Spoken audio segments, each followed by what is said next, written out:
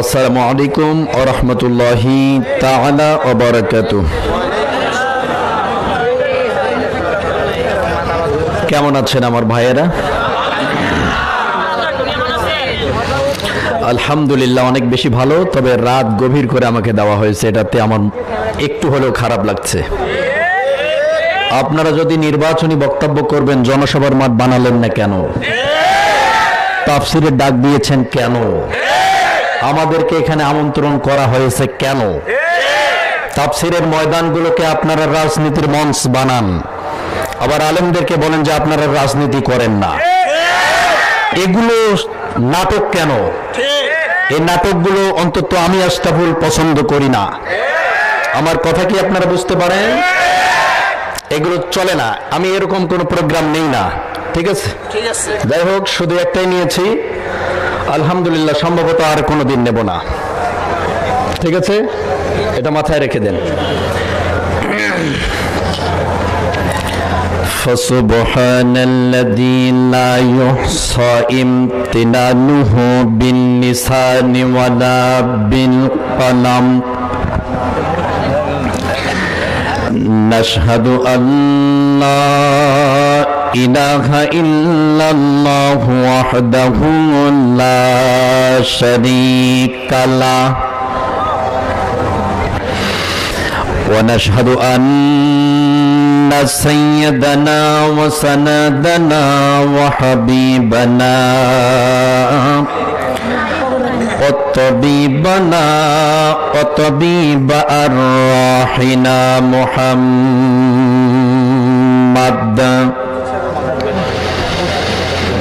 الذي أرسل رسوله بالحق بشيرا ونذيرا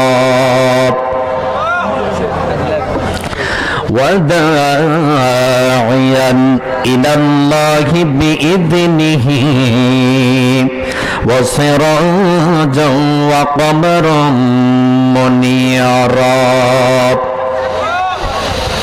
فقد قال الله تعالى في كلامه المجيد وفي فرقانه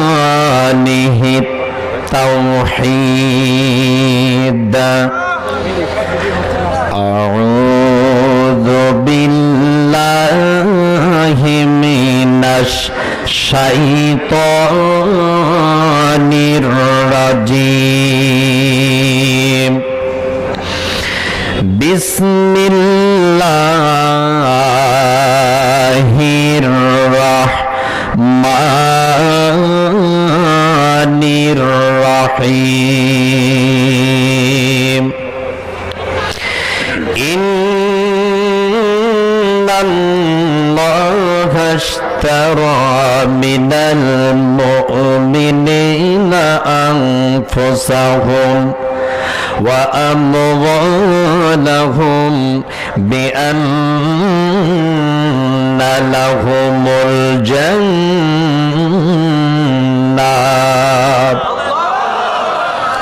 صدق الله المولانا العظيم عن أبي ذر رضي الله تعالى أن رسول الله صلى الله عليه وسلم أي الأعمال قال الإيمان بالله والجهاد في سبيل الله رواه البخاري إن الله وملائكته يصلون على النبي يا أيها الذين آمنوا صلوا عليه وسلموا تسليما اللهم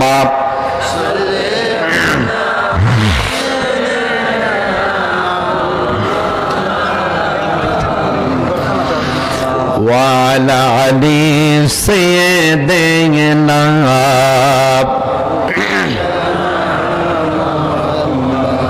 মিলাদ পড়তে আপনাদের কোন শয়তান জিহ্বা টেনে ধরেছে? হ্যাঁ, একটু আওয়াজ দিয়ে বলেন তো দেখি, আল্লাহুম্মা।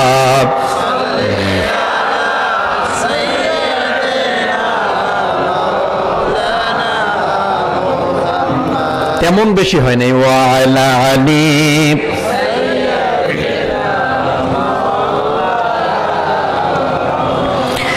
পৃথিবী থেকে স্থায়ী হয় না, হোক না সে ফেরাউন কিবা নমরুদ, কেউ ভবে চিরকাল রয় না, কেউ ভবে চিরদিন থাকে না। পৃথিবী থেকে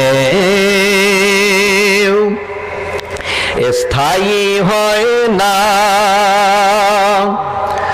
হোক না সে ফেরাউন কিবা নমরুদ, কেউ ভবে চিরকাল রয় না, কেউ ভবে চিরদিন থাকে না। চলে যায় সব ছেড়ে যেতে হয়, মৃত্যু মানে না কোনো পরিচয়। চলে যায় সব ছেড়ে যেতে হয়, মৃত্যু মানে না কোনো পরিচয়। সব রাজা মহারাজা আর মহাবীর, সব রাজা মহারাজা আর মহাবীর, কাউকে সে অবকাশ দেয় না। পৃথিবী থেকে স্থায়ী হয় না, হোক না সে ফেরাউন কিবা নমরুদ, কেউ ভবে চিরকাল রয় না, কেউ ভবে চিরদিন বাঁচে না। ফেরাউন শেষ তো ছিল না, এই মৃত্যু তাকে ছেড়ে দিল না। ফেরাউন শেষ তো ছিল না, মৃত্যু তাকে ছেড়ে দিল না। ইতিহাস হয়ে আছে চিরকাল, ইতিহাস হয়ে আছে চিরকাল, কেউ যেন ফেরাউন হয় না। পৃথিবী থেকে স্থায়ী হয় না, হোক না সে ফেরাউন কিবা নমরুদ, কেউ ভবে চিরকাল রয় না, কেউ ভবে চিরকাল থাকে না। ওই সেই পিরামিড দাঁড়িয়ে আকাশের দিকে মাথা বাড়িয়ে,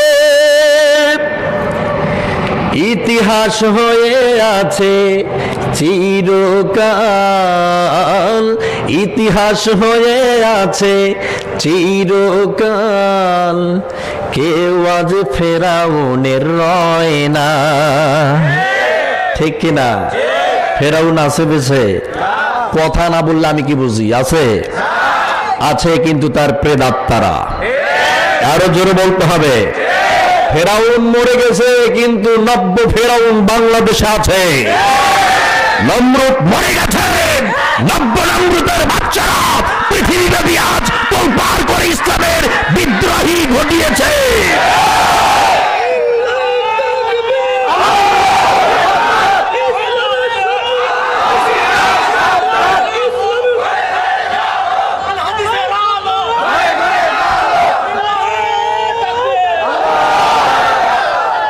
ফেরাউন নেই কিন্তু তার নাতিপুতিরা আছে, নমরুদ নেই কিন্তু তার নাতিপুতিরা আছে। শুধু আছে বললেই হবে না, এখানে ডানে বামে খুঁজে পাওয়া যাবে।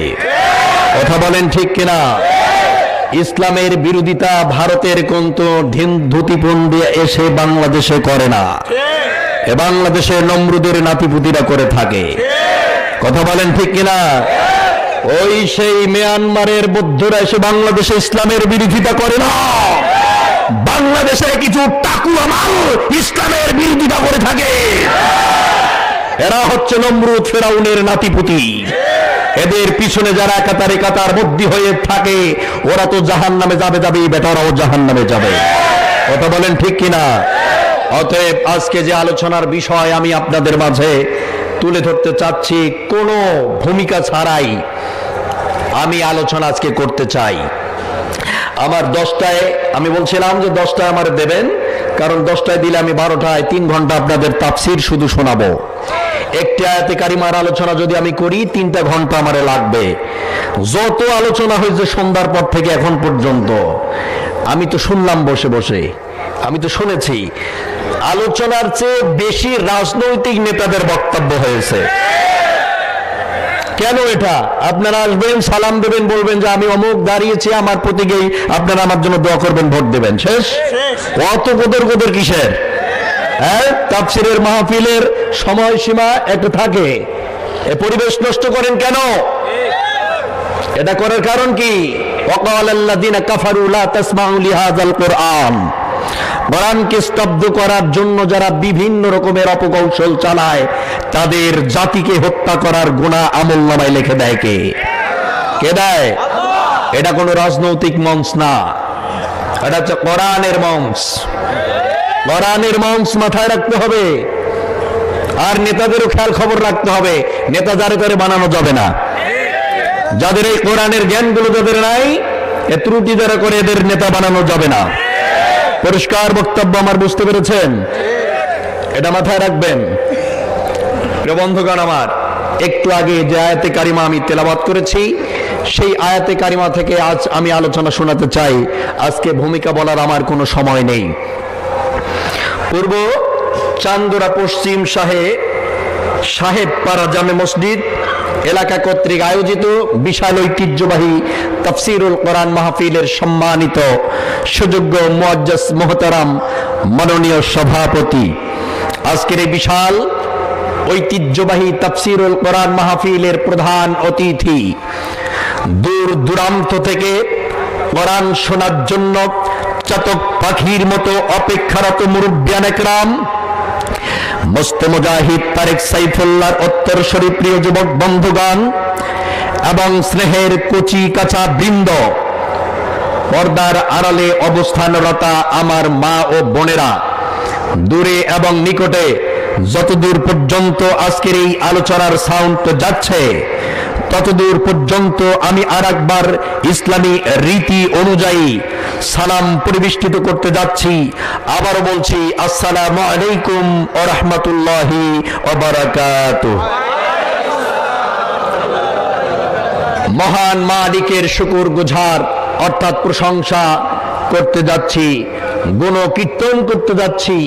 ওই মালিকের দরবারে শুকরিয়া এজন্য করছি, তামাম পৃথিবীব্যাপী আজ মুসলমানেরা নির্যাতিত, নিষ্পেষিত, শুধু বাংলাদেশ নয় তথা বিশ্বের বিভিন্ন দেশে, অন্তত 50টি দেশে মুসলমানেরা নির্যাতিত। কুমিল্লার এক ঘটনাকে কেন্দ্র করে ভারতের ত্রিপুরায় 116টা মসজিদকে গুড়িয়ে দিয়েছে হিন্দুত্ববাদী জঙ্গি গোষ্ঠীরা। ভারতের শুধু এই কাহিনীটি হয়েছে বাংলাদেশের কুমিল্লার মূর্তির পায়ের নিচে কে বা কারা কোরআন রেখেছিল। আমরা উদাত্ত আহ্বান জানিয়েছি, সারা পৃথিবীব্যাপী বলেছি, যারা মূর্তির পায়ের মধ্যে আমাদের হৃদয়ের স্পন্দন কোরআনকে রাখতে পারে, আপনারা জনগণ মানুষের সামনে প্রকাশ্য দিবালোকে জালিমদের ফাঁসি দিয়ে দেন। আমাদের কোনো দ্বিধাদ্বন্দ্ব নেই। যারা মূর্তিকে ভেঙেছে এটি মুসলমানদের কাজ নয়, এদেরকেও ধরে জনসমক্ষে আপনারা ফাঁসি দিয়ে দেন। কিন্তু অনুসন্ধান করে দেখা গেছে আমার এই নাতিপুতি। কথা বলছে না কেন? কেন এটা? স্বজনপ্রীতি কিসের? বিচার সবার জন্য সমান হতে হবে। কথা বলেন কথা ঠিক কিনা? অতএব এটাকে কেন্দ্র করে আমরা সাধুবাদ জানি বাংলাদেশের জননেত্রী প্রধানমন্ত্রীকে। তিনি দ্রুত এদেরকে গ্রেপ্তার করেছেন, যে কোনোভাবে তাদের বিচারের আওতায় এনেছেন। কিন্তু তারপরেও ভারতের হিন্দুত্ববাদীরা এটাকে কেন্দ্র করে ভারতে তুমুলভাবে মসজিদ ভাঙচুর করেছে, মুসলমানদেরকে ঘরবাড়ি জ্বালিয়ে পুড়িয়ে ছারখার করে দিয়েছে। তবে মনে রাখুন, তোমরা যারা ভারতের দালালি করো, ইহুদি খ্রিস্টানদের পা চাটো, পরিষ্কার করে জানিয়ে দিচ্ছি, তাম পৃথিবীব্যাপী 200 কোটি মুসলিম রয়েছে। তাম পৃথিবীতে ইহুদি খ্রিস্টান 6 কোটি রয়েছে। যদি 200 কোটি মুসলিম একবার একাধারে কাতারবদ্ধ হয়, 600 কোটির দালালি তোমরা যারা করছো বাংলার ভূখণ্ডে থাকতে পারবা না। মনে রাখবে, পরিষ্কার করে জানিয়ে দিচ্ছি, ইসলাম বিদ্বেষী কোন এজেন্ট এই বাংলার ভূখণ্ডে চলতে দেওয়া হবে না। আর ধরে বলেন কথা ঠিক কিনা?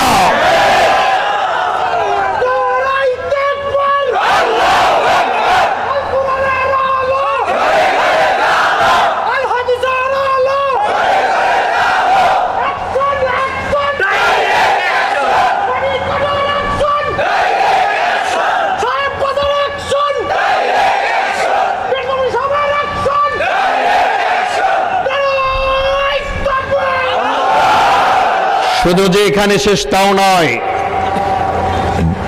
ঢাকার প্রাণ কেন্দ্রের দিকে লক্ষ্য করুন। ঢাকা বিশ্ববিদ্যালয় মাদ্রাসার ছাত্ররা প্রথম, দ্বিতীয়, তৃতীয় হতে যাচ্ছে দেখি বাংলাদেশের প্রখ্যাত খাঁটি নাস্তিকের বাচ্চাগুলো, এদের চুলকানি বেড়ে গেছে। পরিষ্কার করে জানিয়ে দিচ্ছি, ঢাকা বিশ্ববিদ্যালয়ের কোন প্রথম, দ্বিতীয়, তৃতীয় ছাত্রর প্রতি যদি কারো দৃষ্টিগোচর ভিন্ন দৃষ্টিতে হয়, তোমাদের চোখগুলোকে টেনে চেরুকুরি মারা হবে।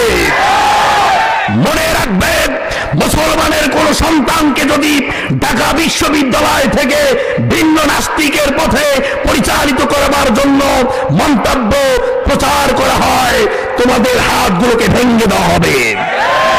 আবার পরিষ্কার করে দাঁড়িয়ে দিচ্ছি, 99% মুসলমানদের দেশে ঢাকার মুখে এই 18 কোটি মুসলমানদের ট্যাক্স, তাদের রেভিনিউ নিয়ে বাংলাদেশ চলে। এরপরে রাজধানীর প্রধান থেকে শুরু করে নিয়ে বিশ্ববিদ্যালয় পর্যন্ত চলে। আমাদের টাকা নিয়ে, আমাদের রেভিনিউ নিয়ে নাস্তিকবাদীদের এজেন্ট প্রতিষ্ঠিত করবে। ঢাকা বিশ্ববিদ্যালয়ের গেটে তালা লাগিয়ে দেওয়া হবে। কথা যেন মনে থাকে। আমার কথা বুঝতে পেরেছেন? চালাবো। এগুলো হচ্ছে আজকের শিরোনাম। এগুলো কি?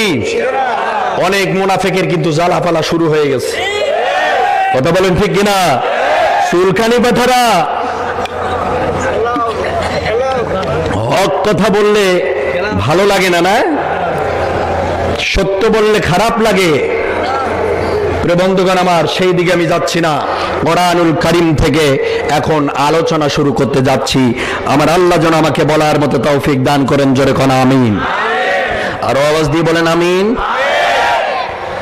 মহান আল্লাহ পাক বলেন, ইন্নাল্লাহা আশতারা মিনাল মুমিনিনা আনফুসাহুম ওয়া আমওয়ালাহুম বিআন্না লাহুমুল জান্নাহ।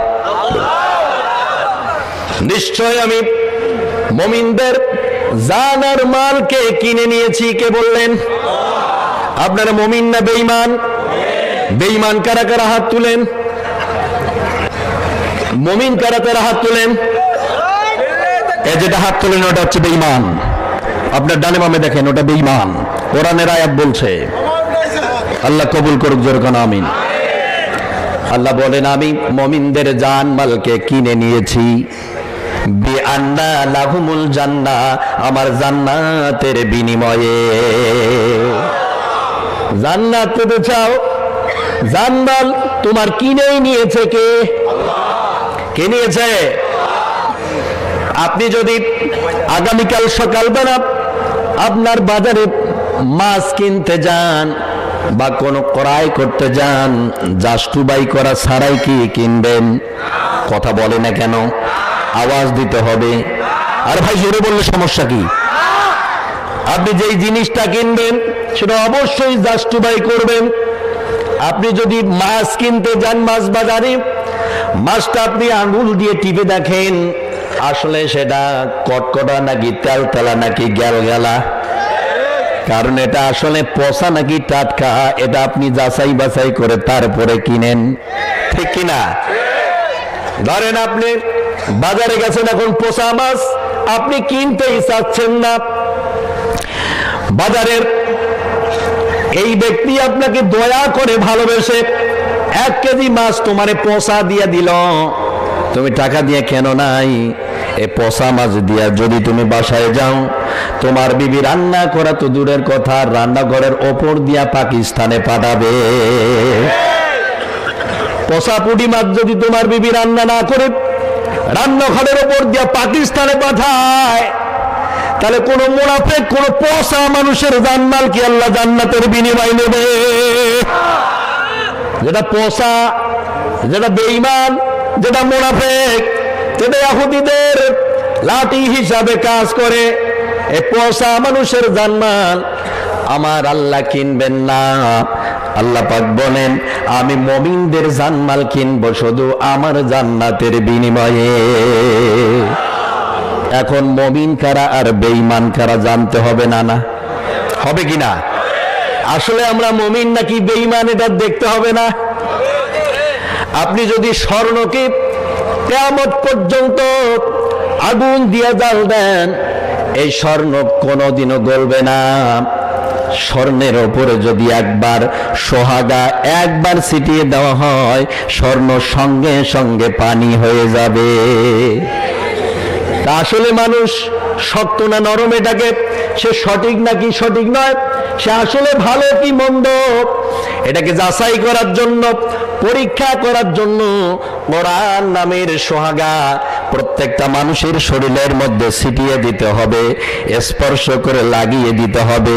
যদি দেখা যায় কোরআন শোনার পরে লোকটা গলে যায়, পরিবর্তন হয়ে যায়, তাহলে বুঝে নিতে হবে সে মুমিন। আর যদি কোরআন শোনার পরে চুলকানি মারে, বুঝে নিতে হবে টাটকা মুনাফিক। কথা বলেন ঠিক কিনা? দেখবেন আলোচনা চলে, কিছু লোক দাঁত কটমোটা, ওই বেড়াই টাটকা মুনাফিক। তাকবীর দিবেন কবে যে কিসের তাকবীর? ওই বেড়াই হচ্ছে মুনাফিক। যখন ইসলামের কোনো কথা বলা হবে সে সহ্য করতে পারবে না, শরীরে তার জ্বালা পড়া শুরু হবে, ওই বেড়াই মুনাফিক। কোনো ভুল আছে? বাশিরিল মুনাফিকিনা বিআন্না লাহুম আযাবান আলীমা। হে মুহাম্মদ সাল্লাল্লাহু আলাইহি ওয়াসাল্লাম, আপনি মুনাফিকদের সুসংবাদ জানিয়ে দেন, তাদের জন্য আমি যন্ত্রণাদায়ক শাস্তির ব্যবস্থা করে রেখে দিয়েছি। এবার বলেন তো ভাই, আপনাদের কাছে আমার প্রশ্ন, জাহান্নামের শাস্তির সুসংবাদ হয় নাকি দুঃসংবাদ? কি হওয়ার কথা? আর জাহান্নামের শাস্তির তো দুঃসংবাদ হওয়ার কথা ছিল, কিন্তু আল্লাহ যে বললেন সুসংবাদ জানিয়ে দাও, জাহান্নামে ওই মুনাফিকদের শাস্তি আছে। সুসংবাদ কেন বললো? আমি তার ব্যাখ্যা এইভাবে বোঝাই, কোন সন্তান যখন মায়ের সঙ্গে জ্বালা যন্ত্রণা শুরু করে, মাকে বড় জ্বালায়, কামড়ানি দেয়, খামসানি দেয়, চুল ধরে টান দেয়। মা যখন তার জ্বালা যন্ত্রণা সহ্য করতে পারে না, তখন বলে এই ব্যথা তোর বাপ আসুক তারপর বিচার দেব, এরপরে এমন এক পিটনি দিবে তারপরে তুই মজা পাবি। পিটন দিলে বাপ যদি আপনার পিঠে মজা লাগে, কি লাগে? কথা বলে না কেন? মজা লাগে? মিঠা লাগে না তিতা? তিতা লাগার কথা, কিন্তু তিতা জিনিসটার আল্লাহ সুসংবাদ দিল কেন? আর দুঃসংবাদ দেওয়ার কারণটা কি, এটা আপনার বোঝা লাগবে, বুঝতে হবে না? আল্লাহ বলতেছে মুনাফিকদের সুসংবাদ জানিয়ে দাও, তাদের জন্য আমি যন্ত্রণাদায়ক শাস্তির ব্যবস্থা করে রেখে দিয়েছি। আমার ভাইয়েরা, তাহলে এবার বুঝে নেন, মুনাফিকদেরকে কেউ পৃথিবীর বাঁচাতে পারবে না। এবার বলেন তো, মুনাফিক হয়ে মরা ভালো নাকি কাফের হয়ে মরা ভালো? কথা বোঝেন? ডিজিটাল তাফসীর আজকে করব। কি করব বলেন তো, কাফের হয়ে মরা ভালো না মুনাফিক? জোরে খন না, কে একটাও না। কাফের হইতে চান, মুনাফিক হইতে চান, কি হইতে চান? মুমিন হইতে চান। মুমিন কাকে বলে আমারে বোঝান? কাকে বলে? যে মেনে নিয়েছে। কি মেনে নিয়েছে? আল্লাহর বিধান মেনে নিয়েছে, তাকেই মুমিন বলা হয়। কথা বল ঠিক কিনা? আর যে প্রত্যাখ্যান করে দিয়েছে, এটা নাম্বার 1 কাফের হয়ে গেছে। আর মুনাফিক কাকে বলে? যে ঈমান এনেছে, ওই ঈমানের উপরে থাকার পরে বলে আমি মুসলমানের বেটা, কিন্তু ইসলামী সংস্কৃতি তার ভালো লাগে না। ঈমান এনেছে, ওই ঈমানের উপরে দাঁড়িয়ে সেই ঈমানের বিরোধিতা করেছে, ওটা নাম্বার 1 মুনাফিক হয়ে গেছে। চিরদিনের দুনিয়ায় হয় কি? চিরদিনের দুনিয়া? কয় দিনের দুনিয়া? কয়েক দিনের দুনিয়ায় মুনাফিকের ভয়, ইসলামেরই জয়। আর যোগে যোগে মুনাফিক বেটাদের কারণে, যোগে যোগে মুনাফিকের কারণে মুসলমানদের ভয়, দিন ইসলামের জয়। শুধু কিছু সবার জন্য ভয়, কিছু জীবনের ক্ষয়, তাছাড়া ইসলামের বিজয় ছাড়া আর কিছুই নয়। কতক্ষণ ঠিক কিনা? অতএব তোমরা যে যত বেশি গলা ফাটাইয়া বলো যে রাষ্ট্র ধর্ম ইসলাম চাইনার বেটা, যতই বলো তুমি থাকবা না, ইসলাম ঠিকই বাংলাদেশে থাকবে। তোমার অস্তিত্ব বাংলার ভূখণ্ডে খুঁজে পাওয়া যাবে না, কিন্তু ইসলাম ছিল, আছে, ভবিষ্যতেও থাকবে। পৃথিবীর কোন ব্যক্তির বাবার ক্ষমতা নেই ইসলামের উপর আঙুল তুলে দাঁড়িয়ে থেকে মাথা উঁচু করে থাকতে পেরেছে। বিগত টাইমে প্রখ্যাত নাস্তিক বাংলাদেশের তসলিমা নাসরিন কোথায়? কোথায়? হাতি ঘোড়া গেল তল, আর শামসিলকে বলে কত জল। হ্যাঁ, কত হাতি ঘোড়া মাটির তলে তলে গেছে, আর শামসিলকে উপরে দূরায় কয় যে আমি ওর সে মনে হয় মস্ত বড় হয়ে গেছে। তা কি হবে? আপনি যা কিছু করেন কোনো উপায় নাই, আপনি থাকবেন না, ইসলাম ঠিকই থাকবে। আপনার ইতিহাস মানুষ পড়বে, জানবে, মনে করবে, আর ঘৃণা পোষণ করবে, এই লোকটা এরকম ছিল। কথাখান ঠিক কিনা? মানুষ কবে যে আল্লাহ এই গজবটা কবে মরে। কথাখান ঠিক কিনা? কয়েকদিন আগে ফেসবুকে একটা স্ট্যাটাস এসেছে, এক ব্যক্তি, নাম বলবো না, বাংলাদেশের প্রখ্যাত একজন নাস্তিক, 15 জন নাস্তিকের মধ্যে 10টা মইছে, আর আছে কয়টা? কয়টা?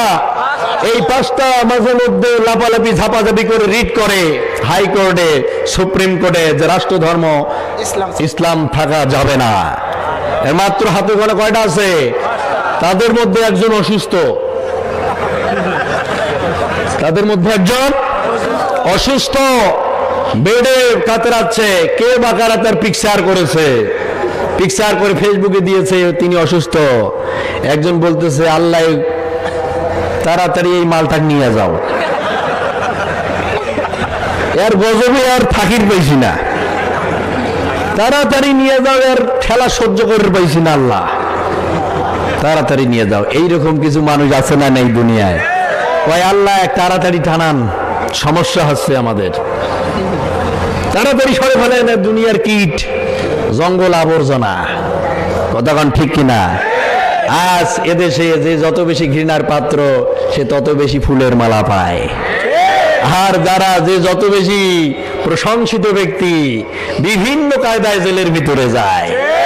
কথাক্ষণ ঠিক কিনা? একজন ব্যক্তি মুরগি চুরি করছে, করার পরে এখন ওই ব্যক্তিকে ধরবে পুলিশ নাকি তার বেটাকে ধরবে? কাকে ধরবে? যে অপরাধ করছে তারে ধরবে। এখন কি হয়েছে জানেন? তারে না ধরি ওর বেটায় ধরে নিয়ে আসছে। দুইটা ছেলে সংসদের ভবনের সামনে গিয়ে কি বা কারা কি করছে ওদের ধরছে। ধরার পরে দেখে যে ওর মোবাইলের মধ্যে একজন প্রখ্যাত মুফতির আলোচনা। দেখে তো এই মুফতির আলোচনা করছে যে এই আলোচনা শুনে প্রভাবিত হয়েছে, দুইজন মিলে সংসদ ভাঙ্গির গেছে, এক গ্রেপ্তার, ধরে জেলের ভিতরে ঢুকে দিচ্ছে। কতক্ষণ ঠিক কিনা? শয়তানি আর কত মানুষের সঙ্গে করবেন, কত আর ধোঁকা দিয়ে বোকা বানাতে চাবেন? এ জাতি এত পাগল নয়। কথা বলেন ঠিক কিনা? যদি সঠিকভাবে গণতন্ত্র বাংলাদেশে প্রতিষ্ঠিত থাকত, এই জনস্রোত, এই আকাশচুম্বী জনপ্রিয়তা বাংলাদেশের মুসলমানদের আপনাদের চোখে আঙ্গুল দিয়ে ঢুকিয়ে দেখিয়ে দিত, প্রমাণ করে দিত যে আপনাদের দেশের মানুষ ভালোবাসে না। কথা বলেন কথা ঠিক কিনা? কিন্তু যদি উচিত কথা কই, পিটির উপর দিয়ে যাইবে আলা মই, আর জেলখানার খাইতে হবে লা পান্তার দই। তাহলে কেমন করে কই কই একটু চলবে? কারা কারা চলবে দেখি তো, একটু তাকবীর দিয়া। একটাই শেষ।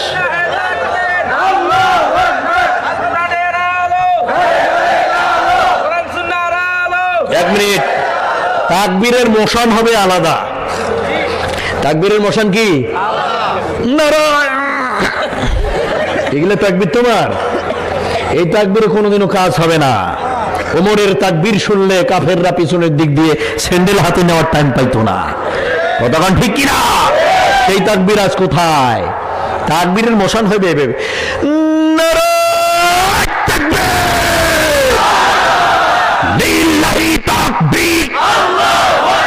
মোশন এরকম হইতে হবে। কথা বুঝতে পেরেছেন? কাম হবে না। ঠিক আছে, মনে রাখবেন। বলতেছিলাম, কাফের হয়ে মরবেন না মুনাফিক? একটাও না। তাহলে কি হয়ে মরা লাগবে? মুমিন হয়ে মানা রাখবে। মুমিন কাকে বলে? যে মেনে নিয়েছে। কি মেনে নিয়েছেন? কোরআন, আল্লাহকে, রসুলকে মেনে নিয়েছেন, সেই হচ্ছে মুমিন। কথা বলেন ঠিক কিনা? কাফের কাকে বলা হলো? যে অস্বীকার করে রে ভাই, অস্বীকার করে। কি অস্বীকার করে? কোরআন, আল্লাহকে, রসুলকে, দ্বীনকে, ইসলামকে। কথা বলেন ঠিক কিনা? হচ্ছে কি? কয় আকারে? কয় আকারে? কাফের। আর মুনাফিক কাকে বলা হয়? কয় না। আমি তো এটাই বুঝাচ্ছিলাম। মুনাফিক কারে বলে? মুনাফিক হতে গেলে একটা গুণ অর্জন করা লাগে। সে গুণটা হলো ইসলামের উপরে তাকে ঈমান আনা লাগবে। মানে কালেমা পড়ে ঈমানদার হওয়া লাগবে আগে, তারপরে সেই কালেমার বিরোধিতা করতে হবে, তবেই হবে খাঁটি মুনাফিক। কথাখন ঠিক কিনা? আব্দুল্লাহ ইবনে উবাই ইবনে সুলুল লোকটাকে চেনেন? হ্যাঁ, আব্দুল্লাহ ইবনে উবাই ইবনে সুলুল মক্কার প্রখ্যাত একজন আলেমে দ্বীন। আল্লাহর নবী বক্তব্য দিলে যেমন মানুষগুলো নীরব হয়ে শুনত, নবীর কথাবার্তার ভাব আদান প্রদানকে মানুষ ফলো করত, যেমন মক্কা মদিনার মানুষগুলো এই আব্দুল্লাহ ইবনে উবাই ইবনে সুলুলের বক্তৃতা তেমন করেই শুনত। কেমন জ্ঞানী মানুষ ছিলেন তিনি! প্রচন্ড জ্ঞানের অধিকারী ছিলেন। এই জন্য আলেম নামের ব্যাখ্যা এসেছে, যারা জ্ঞানী তাদেরকেই বলা হয় আলেম। আর যারা দাড়ি টুপি, পাঞ্জাবি, দাড়ি এগুলো রেখে দেওয়ার পর জালেমদের লাঠি হিসাবে কাজ করে, এরা আলেম নয়। নয়, এরা হচ্ছে আলেম নামের জালেম। আসলে প্রখ্যাত যারা জ্ঞানী তাদেরকে বলা হয় আলেম। জ্ঞান তোমার নাই, তুমি কিসের আলেম? তুমি জাকির নায়েকের পা ধোয়া পানি খাও। একটা জেনারেল শিক্ষিত মানুষ প্যান্ট শার্ট কোট পরে সে ইসলাম প্রচার করে, আর তুমি দাড়িওয়ালা, টুপিওয়ালা, পাঞ্জাবিওয়ালা মুসলমানের পরিচয় দাও, তারপরে বলো যে আমি ইমানদারের ব্যাটা, আমি ইমানদার। এরপরেও তোমার দ্বারা ইসলামের ক্ষতি হয়। তুমি তো ইসলামের লোক নও, তুমি হলো জালেমের হাতিয়ার। আর কিভাবে পরিষ্কার করে দেব? আল্লাহর নবী এক সময় বলতেন মক্কাতুল মুকাররমা আর মদিনাতুল মুনাওয়ারার সবচেয়ে বড় জ্ঞানী ব্যক্তির নাম আব্দুল্লাহ ইবনে উবাই ইবনে সুলুল। এই লোকটা ছিলেন মদিনায়। নবীজি মক্কার মাটিতে 31টা বছর দাওয়াতি কাজ করেছে। কয় বছর? 31 বছর। আরো জোরে বলা লাগবে।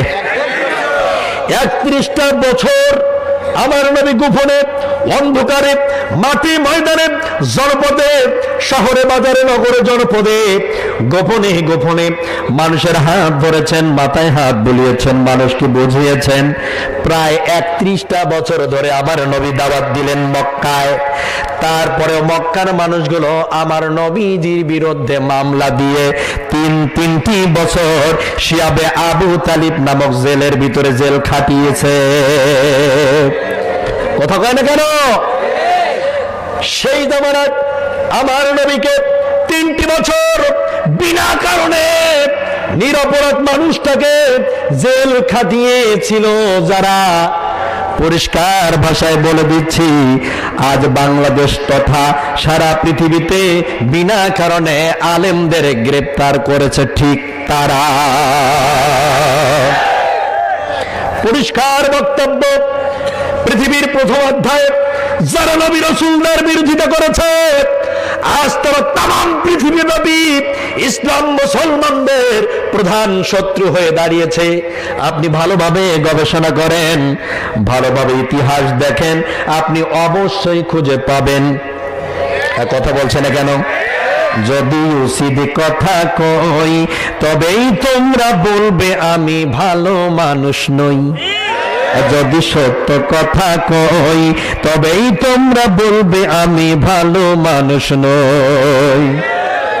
সোরে শাবল দিয়া শিং কাটিলে সোরকে মানে চৌকিদার।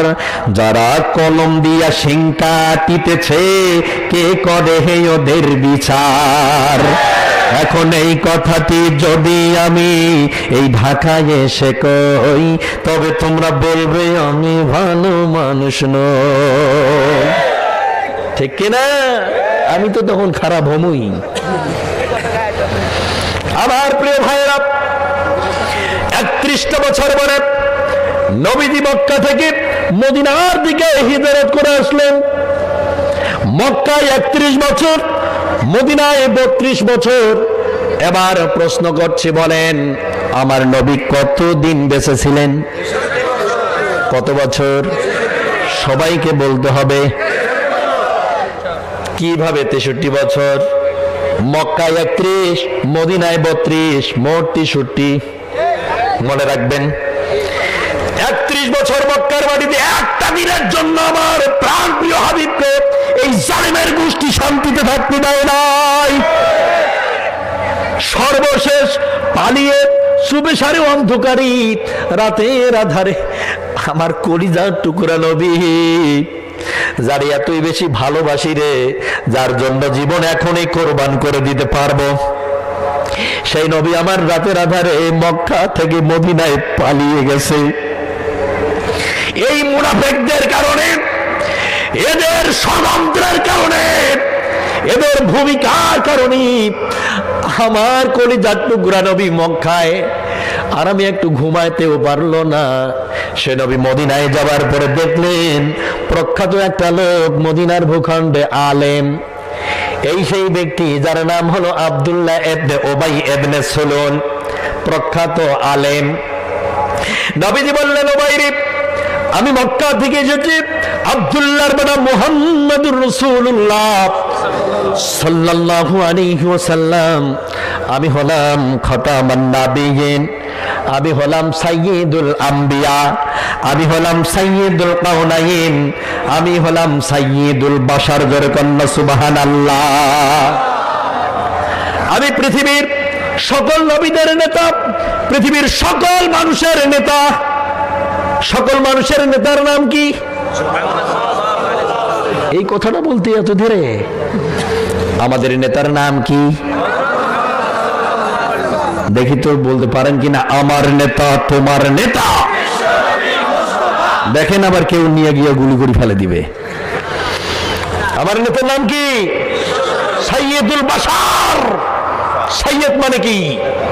সাইয়েদ মানে নেতা, বাশার মানে কি? মানুষ। মানুষ, বাশার মানে কি? মানুষ। সাইয়েদ মানে যদি হয় নেতা, বাশার মানে হয় মানুষ, তার মানে মানুষের নেতা আমার নবী, বিশ্ব নবী মুহাম্মদুর রাসূলুল্লাহ, যারা বলেন সাল্লাল্লাহু আলাইহি সাল্লাম। আজ স্প্রিং নেতার মিছিল হয়, আমার নেতার স্মরণে ভয় করি না মরণে। ভয় করিস না মরণে, যা রেডি হয়ে আছে দুইজন, তারপরে তোর হাবুডি বাবুডি টেন্ডিস্টার করে ছাড়ি দিবে, যা ওখানে। আর বিশ্ব নবী হলেন নেতা, এটা যারা দুনিয়ায় মানে না ও মুনাফিক হয়ে মরবে। কথা বলেন ঠিক কিনা? যারা স্বীকার করবে না আমার নবী মানুষের নেতা, ও মুনাফিক হয়ে মরবে। সমাজ ও রাষ্ট্রে তথা ইন্টারন্যাশনাল জীবনে পৃথিবীতে সকল মানুষটাকে নেতা হিসাবে স্বীকৃতি দিতেই হবে। মিছিল করে আমার নেতার চরিত্র ফুলের মতো পবিত্র হওয়াটার ব্যাখ্যা কোনোদিন শুনছিলেন? আজকে দেই। চলবে? আলোচনা কি চালাবো? কোনো আলোচনা এখনো শুরু করি নাই, এগুলো এমনিতেই শুরু হয়েছে, তাফসীর শুরু হবে একটু পরে, ঠিক আছে? কিন্তু উঠা উঠি লড়ালড়ি চলবে না। 3 ঘন্টা আমি বলবো। কয় ঘন্টা? 11টায় আমার উঠে দিচ্ছে, কয় ঘন্টা চলবে? 3 ঘন্টা হতে গেলে কয়টা বাজবে? মাহফিল চলে কয়টায় পর্যন্ত? সারা রাত চলে। হ্যাঁ, সমস্যা হবে না তো? আগামীকাল অফিস বন্ধ না খোলা? বন্ধ আছে? মারহাবা, চলবে কতক্ষণ, ঠিক কিনা? অতএব আলোচনা হবে ইনশাআল্লাহ। এবার চলেন, না পড়বেন? এইখানে আজ ফজরের নামাজ পড়ি ছাড়ি দিবে চাই। কারা কারা থাকবেন দেখি তো, লিল্লাহে তাকবীর। পারবেন? আসছি যেহেতু অনেক কষ্ট করে বলে দিয়া যাই, কি বলেন?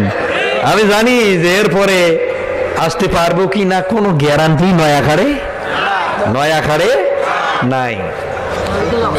তাহলে এবার চলেন।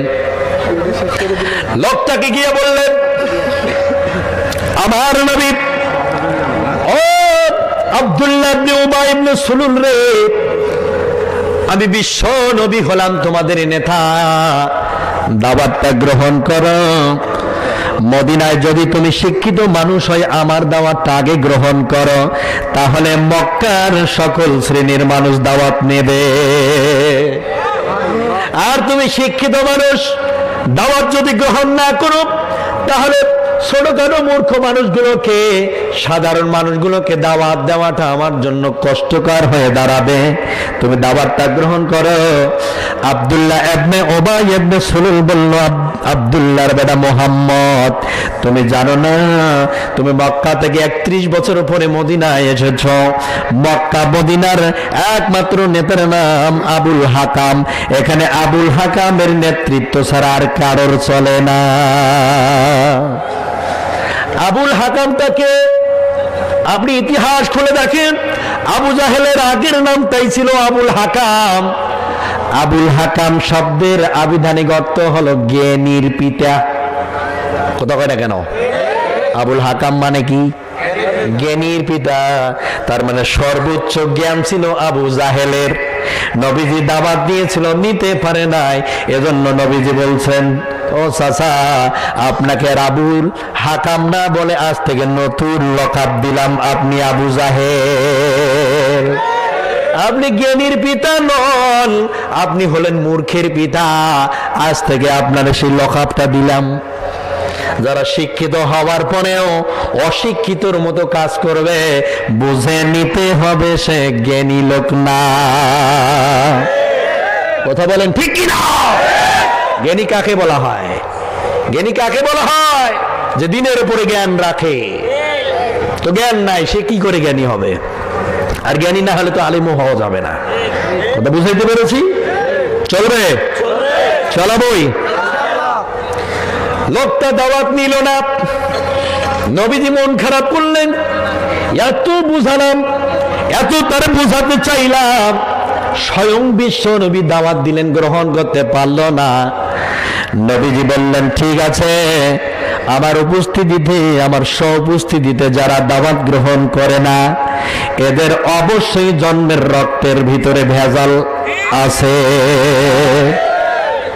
যেদিন আল্লাহর নবী বলেছে ওর জন্মের ভিতরে সমস্যা, ভালো করে দেখবেন, মুসলিমের হাদিসটা পরিষ্কার করে দেব। অনেকে এই কথাগুলো বলার সাহস পায় না। আমার প্রিয় বন্ধুগণ, নবীজি যখন বললেন যে ওর সমস্যা রয়েছে কোথায়, ওই আসল জায়গায়, ওর সমস্যা ওই জায়গায় রয়েছে, যখন নবীজি বলেছে, তখন এই লোকটা মক্কা আর মদিনা মিলে একটা নতুন দল গঠন করেছে। এই নতুন দলের কর্মীদের কাজ হলো মক্কা মদিনায় যেখানে সাহাবীদের পাও সেখানে গণভাবে হত্যা করো, যেখানে নবীজিকে পাও সেখানে লাঞ্ছিত করো, অবহেলিত করো, পদস্থ করো, অপমানিত করো, লাঞ্ছিত করো। এদের কাজই হলো শুধুমাত্র অপমানিত করা, লাঞ্ছিত করা, পথভ্রষ্ট করা, অন্ধকারের দিকে নিয়ে যাওয়া। ওই মানুষগুলো আজ আছে না নাই? আর জোরে বলেন, আছে না নাই? চুপ করে থাকে ধোঁকাবাজ, চোখে নাই তোর কোনো লাজ, গোড়া কেটে মাথায় ভালস পানি তোদের চিনি, আর কতকাল করবি রে শয়তানি, ওরে আর কতকাল করবি রে শয়তানি তোদের চিনি, আর কতকাল করবি রে শয়তানি। মিলতো না তোর স্বামীর সাথে রে,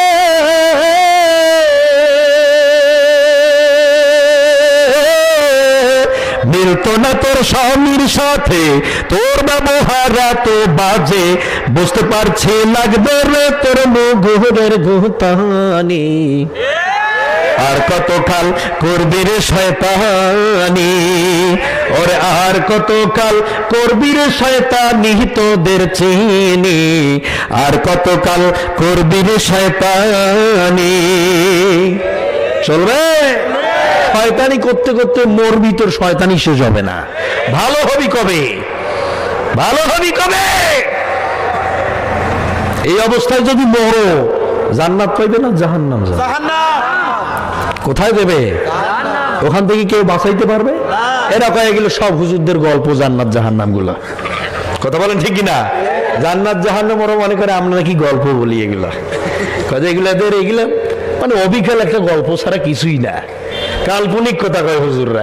পুরানা দিনের কথাই মুহাম্মদ সাল্লাল্লাহু আলাইহি সাল্লাম 1500-1600 বছর আগে মারা গেছে, সেই কিস্সা কাহিনী ধরি এখন এমন চলে।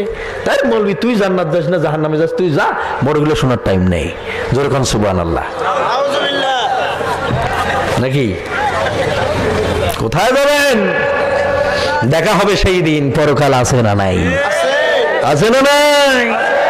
এই দিন দিন নয়, আরো দিন আছে। এই দিনগুলোই নিয়ে যাবে সেই দিনের কাছে।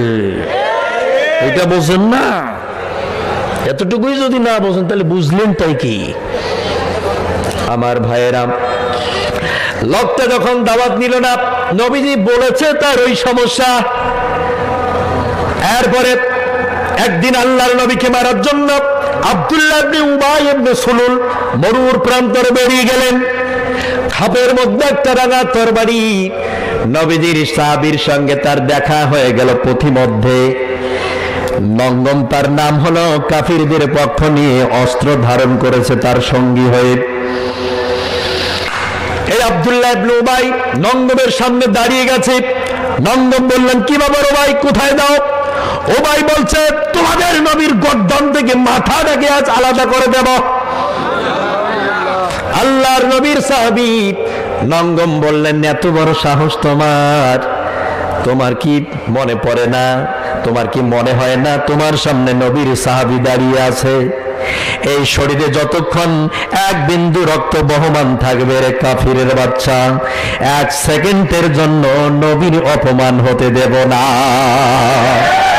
সঙ্গে সঙ্গে তরবারিটা বের করলেন, নঙ্গম তার গোলার মধ্যে লাগিয়ে দিলেন, আর বললেন, এখনই তোমার গর্দনটা থেকে মাথা থেকে আলাদা করে দিতে পারি, কিন্তু না, তা করব না। ইসলাম জঙ্গিতে বিশ্বাস করে না, ইসলাম সন্ত্রাসীতে পছন্দ করে না, ইসলাম কাউকে আক্রমণ করে না। যদি ইসলামের লোক আক্রান্ত হয়, তারপর যদি একবার কোমরটা শুধু সোজা হয়, তাহলে এমন আগুন জ্বলবে রে, আটলান্টিক মহাসাগরের পানির বাপের ক্ষমতা থাকবে না আগুন নেভাতে পারে। আমার ভাইয়েরা মনে রাখবেন, আমরা মারতে চাই না, মানুষের ক্ষতি করতে চাই না, দাওয়াত দিতে চাই, আসুন একসঙ্গে জান্নাতে যাই, পরকালে অন্তত কাতারে কাতারে বদ্ধি হই, সকলে মিলে বিশ্বনবীর উম্মত হিসাবে স্বীকৃতিটা অথচ পাই। কথা বলেন ঠিক কিনা? নামের মুসলমান হলে চলবে না, কামের মুসলমান হওয়া লাগবে। যদি মনে করেন যে দাড়ি ঠুলে জান্নাত, যদি তাই হয়, বিশ্বকবি নাকি রবীন্দ্রনাথ ঠাকুরের এই পর্যন্ত আছে না নাই? কথা কি বোঝেন? শুনতেছেন না খাইতেছেন? খাইতেছেন না শুনতেছেন? কথা কি শুনতেছেন? কথা আসে না কেন? উত্তরগুলো আসে না কেন? রবীন্দ্রনাথ ঠাকুরের এই বড় দাড়ি, লোকটা জান্নাতে যাবে বুঝি? তো কোথায় যাবে? তার ধর্ম অনুযায়ী যেখানে নশ্বর বা অবিনশ্বর যা বলেন সেখানে যাবে, কিন্তু আমাদের ধর্মে তিনি নাই। উনি কোথায় যাবে উনি ভালো জানে, আমার আল্লাহ ভালো জানে, আমরা জানি না। ঠিক কিনা? দাড়ি ছুইলেই যে জান্নাত পাবেন তা কিন্তু হয় না। মাথায় টুপি আর পাগড়ি পরলেই যে জান্নাত আপনি যাবেন, যদি মাথায় টুপি আর পাগড়ি পরলেই মানুষ জান্নাত যাইতো রে, তাহলে ভারতের মনমোহন সিং ওয়াল টাইম পাগড়ি পরে বের হয়, উনি কিন্তু আসলেই শেখ বংশের লোক, তারও জান্নাত দেওয়া লাগে। জান্নাত যাবি? যদি মনে করেন যে গরুর গোশত খাইলে আমি তো মুসলমান, জান্নাত পাবো নাকি? যদি তাই হয়, তাহলে নাম্বার 1 গোশতখোর, মানে গোশতখোর। ওর নাম কি চেনেন? কি মনে করে দিলে চিনবেন। ওর নামটা আপনারা জানেন না? শকুন। নাম কি? সবচেয়ে বেশি গোশত খায় কে? শকুনের ডান হাতের একটা পাকা রয়েছে, সেখানে সে দেখতে পায় কোথায় মরছে আস, সেই জায়গায় দৌড় দিয়ে যায়, ওই জায়গায় গিয়ে সে গোশত খায়। শকুনের যদি গরুর গোশত কিনে খাওয়া লাগতো, এত গরুর গোশত আর কপালে জুটতো? কথা বলে না কেন জুটতো? তাই নামের বড়াই কইরো না কেউ, নাম দিয়া কিরে হয়, নামের সাথে মিলবে না কারো কামের পরিচয়। এই মতিঝিলে মতি নেই, আছে শুধু ঝিল, সোনার গায়ে সোনা নেই, আছে শুধু বিল। কথা ঠিক কিনা? মতিঝিলে মতি নেই, আছে শুধু ঝিল, সোনার গায়ে সোনা নেই, আছে শুধু বিল। রাজা নেই, শাহী নেই, রাজশাহী নাম আছে না নাই? রাজা নেই, শাহীও নেই, রাজশাহী নাম।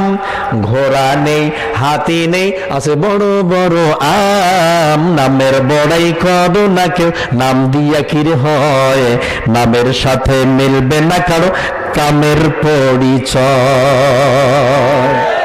নাম নাম ভাঙে খাও। আমি মুসলমানের বেটা, দাড়ি রাখছি, আমার বাপ মুসলমান, আমিও মুসলমানের বেটা। আমি কি ঈদের নামাজ পড়ি না? আমি কি শুক্রবার যাই না? আমি কি মিলাদ মাহফিল করি না? এগুলো হচ্ছে ওদের দলিল। এগুলো কি? এগুলো ওদের দলিল। আরে বেটা, তুমি কি জানো নামাজ পড়ার পরেও কিছু নামাজি মানুষ জাহান্নামে যাবে? আল্লাহ বলছেন, ইউআউনান নাস ওয়া লা ইয়াযকুরুনাল্লাহা ইল্লা কলিলা। কিছু নামাজি মানুষ আছে, ওদেরকে ধরা হবে আর জাহান্নামের ভিতরে ঢুকিয়ে দেওয়া হবে, কারণ ওরা নামাজ পড়তো, কিন্তু নামাজ রাষ্ট্রীয়, সমাজ এবং ব্যক্তি জীবন, সামাজিক জীবনে আইন শৃঙ্খল ভাবে প্রতিষ্ঠিত হোক, এটা তারা মনে প্রাণে চায় না। ওই মুনাফিক নামাজিরা আল্লাহর জাহান্নাম ছাড়া কোথাও যাবে না, কোথাও যাবে না, কোথাও যাবে না।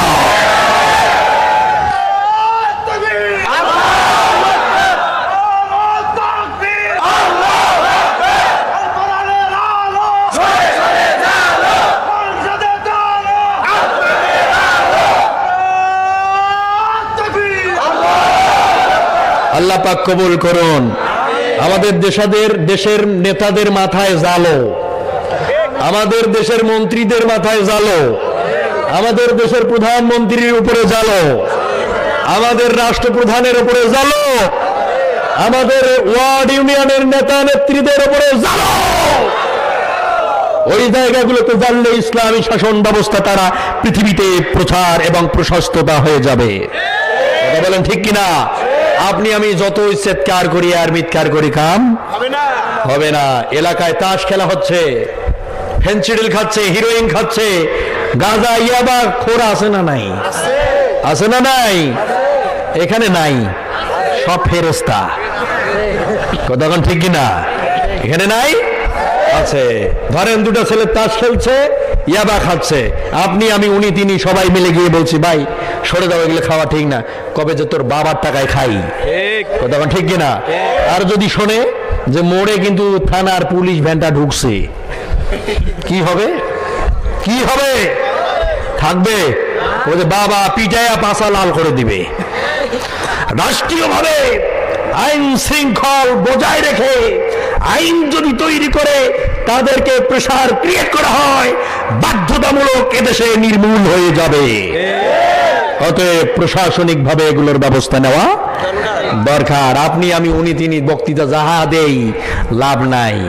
যতই আমি বলি যে এবার আমি নির্বাচনে দাঁড়াইছি, ভোট দেন, আমি আপনাদের এগুলো প্রতিষ্ঠিত করব, আমি মনে করবো যে ওটা মিথ্যা কথা কইছে। কারণ করে না তো কেউ। করে কি কেউ? করে? এরা বড় গলায় কয় কথা, রাতারাতি হয় নেতা। বড় গলায় কয় কথা, রাতারাতি হয় নেতা। আকাম কুকাম সব করিয়া গড়ে নেতা আস্তানা। আসলে সব পেট পোজায় আর এই হেইডা নেওয়ার বাহানা। আসলে সব পেট পোজায় আর ভোটটা নেওয়ার বাহানা।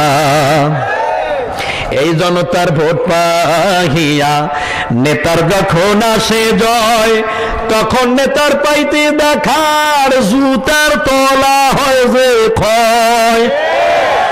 এই জনতার ভোট পাহিয়া নেতার যখন আসে জয়, তখন নেতার পাইতে দেখা স্যান্ডেল তলা হয় যে ক্ষয়। সামান্য সিগনেচারের জন্য লাগে, সিগনেচারের জন্য লাগে লাখো টাকা নজরানা।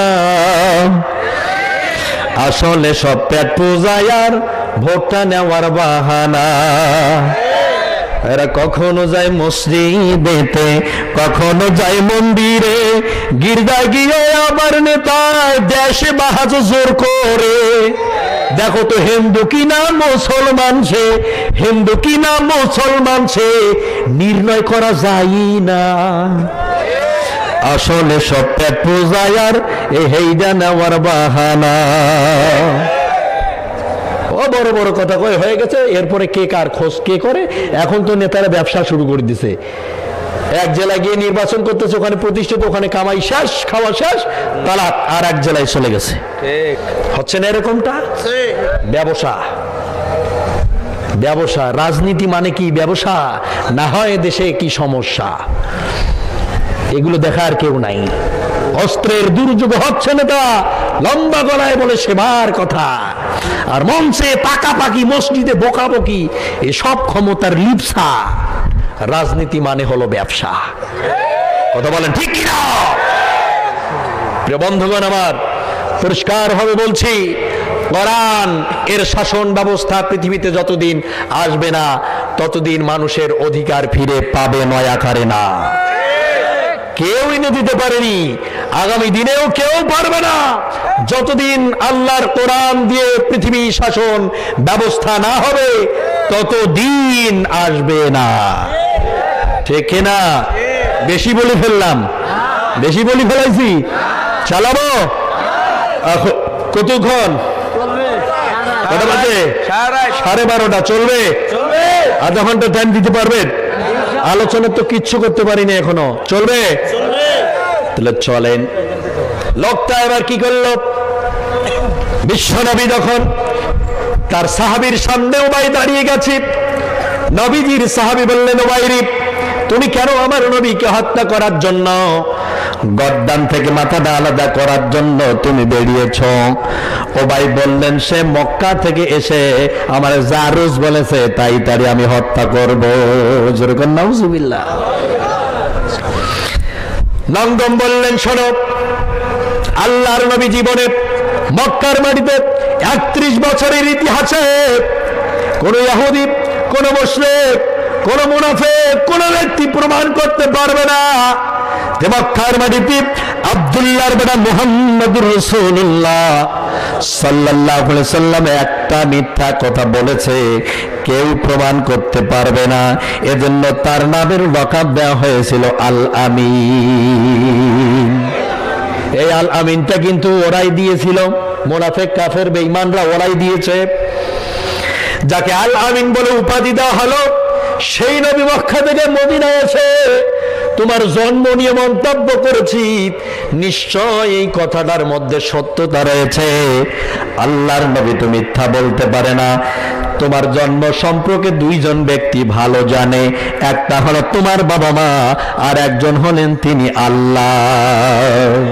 তোমার বাবা মার কাছে তুমি বলতে পারো তোমার জন্মটা দিল কে, আর ওখানে তো তুমি যেতে পারবে না। কে সে? আল্লাহর উপরে কেউ কি পাল্লা দিতে পারে? যদি কেউ আল্লাহর উপরে পাল্লা দেয়, উঁচু থাকবে না তাদের কাল্লা থাকবে, এই নত হয়ে যাবে, উঁচু থাকবে না। আল্লাহর উপরে পাল্লা দেওয়া যায় না। নন্দন বললেন, শোনো, তোমার মাকে গিয়ে জিজ্ঞাসা করো তোমার বাপটা কে ছিল আর তোমার জন্মটা কেমন করে হলো, তোমার মা ভালো জানে। এরপরে উবাই ইবনে সুলুল ওখান থেকে পিছনের দিকে ব্যাক করে বাসায় চলে গেলেন। যাওয়ার পরে বুড়ি মাকে চোখ রাঙিয়ে বলতেছে, এই বুড়ি বেটি, আব্দুল্লাহর বেটা মুহাম্মদ মক্কা থেকে মদিনায় এসে আমার জারজ সন্তান বলেছে, আসলে আমার বাপটাকে বলতে হবে। উবাই ইবনে সুলুলের মা বলতেছে, রে বেটা, সারাটা জীবন তোর মিথ্যা বলে সান্ত্বনা দিয়েছি। আব্দুল্লাহর বেটা মুহাম্মদুর রাসূলুল্লাহ সাল্লাল্লাহু আলাইহি সাল্লাম একটা দিনের জন্য মিথ্যা বলেন নাই।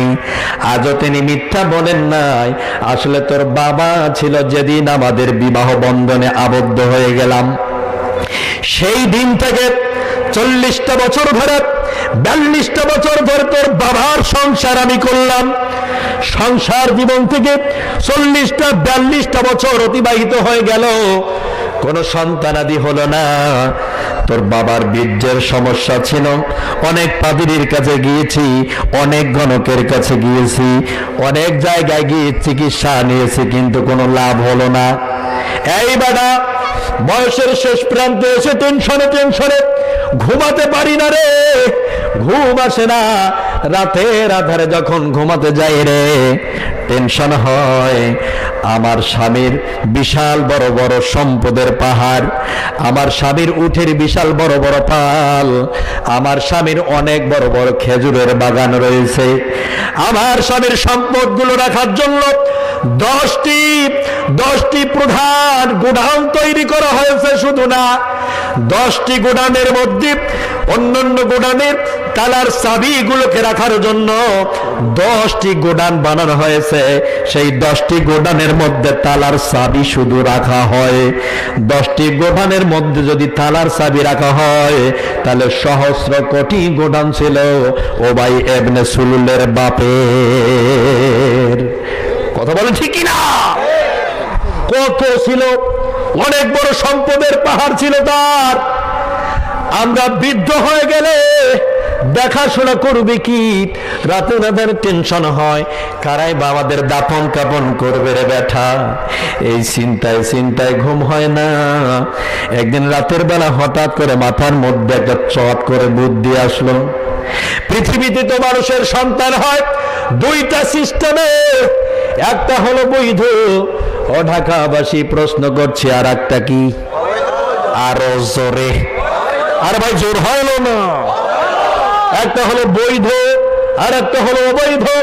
যেহেতু বৈধ সিস্টেমে কোনো সন্তান হলো না, এখন কি সিস্টেমটা নেওয়া লাগে?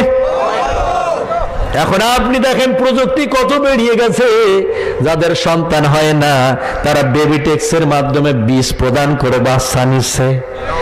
কথা বলে না কেন? গরু ছাগলের যেমন দিয়ে বাচ্চা নেয় তেমন বিশ্বে মানুষ নিচ্ছে কিনা? এগুলো সব হাইব্রিড। এগুলো কি হাইব্রিডের বাংলা কি কয় না? হাইব্রিডের বাংলা কি? হাইব্রিড ফলনে বড়, তরতাজা, দেখতে একটু ডগডগা হয় কি হয় না? কথা বলেন ঠিক কিনা? হাইব্রিড টাইপের জিনিসগুলো এরকম হয়। খেয়াল খবর রাখবেন, একটু দেখবেন সবসময় এগুলো একটু উঁচা তাজা লম্বা ফর্সা, মানে বিভিন্ন মানে রুচি সম্পন্ন হয়। তাহলে এই লোকটা তার মাকে যখন জিজ্ঞাসা করলো, মা বললো ব্যথা। তোর বাপের একটা রাখাল ছিল, মানে গরুর রাখাল, যেহেতু বৈধ পন্থায় হচ্ছে না, সেহেতু এখন অবৈধ পন্থায় আমার বাচ্চা নেওয়া লাগতেছে ব্যথা। তোর বাপের এই গরুর রাখাল কোনো এক কাজের জন্য বাসার মধ্যে আসে, আর আমিও তাকে ধরে ফেলাই, তারপরে কিন্তু হাবুডি বাবুডি টেন্ডিস্টার যা হওয়ার তা হয়ে গেল। হয়ে যাওয়ার পরে তার বীর্য আবার ওভামের ভিতরে চলে যায়। সেখান থেকে 280 দিনের ব্যবধানে একটি সন্তান এই পৃথিবীর ভূখণ্ডে জন্মগ্রহণ করে। সেই সন্তানটা অন্য ভিন্ন কেউ না, আব্দুল্লাহর বেটা মোহাম্মদ মিথ্যা বলতে পারে না। আমি আজ তোর মা হয়ে তোরে একটা টাটকা সার্টিফিকেট দিলাম, তুই অজন্মা। আজ যারা মুসলমান মায়ের পেটের মধ্যে থেকে, মুসলমান বাপের বীর্য থেকে যারা তৈরি হয়ে মুসলমানের রজ্জাত সন্তান হওয়ার পরে মুসলমানদের অক্ষকে যারা ফাটল ধরিয়ে দেয়, এরা নাম্বার 1 যাবে। এরা কে? হাদিস বলেছে, আমি বলি নাই। কে বলেছে? হাদিস প্রমাণ করে দিয়েছে। এরা জারত, ওরা অজন্মা, ওদের জন্ম ঠিক নাই, মানে জন্ম কি আর বলি, কিছু বলার নাই। আমার ভাইয়েরা খারাপ লাগতেছে। ইসলাম হলো চিরদিনের শান্তি সুখের নিশানা, ইসলাম ছাড়া অন্য সবই জাহান্নামের ঠিকানা। ওদের পিছে ঘুরে যারা ইবলিসের নাতি, তারা সময় মতো খাইবে ধরা, সামসামি ভাই চলবে না। সময় মতো খাইবে ধরা, সামসামি ভাই চলবে না। ইসলাম ছাড়া অন্য সবই জাহান্নামের ঠিকানা।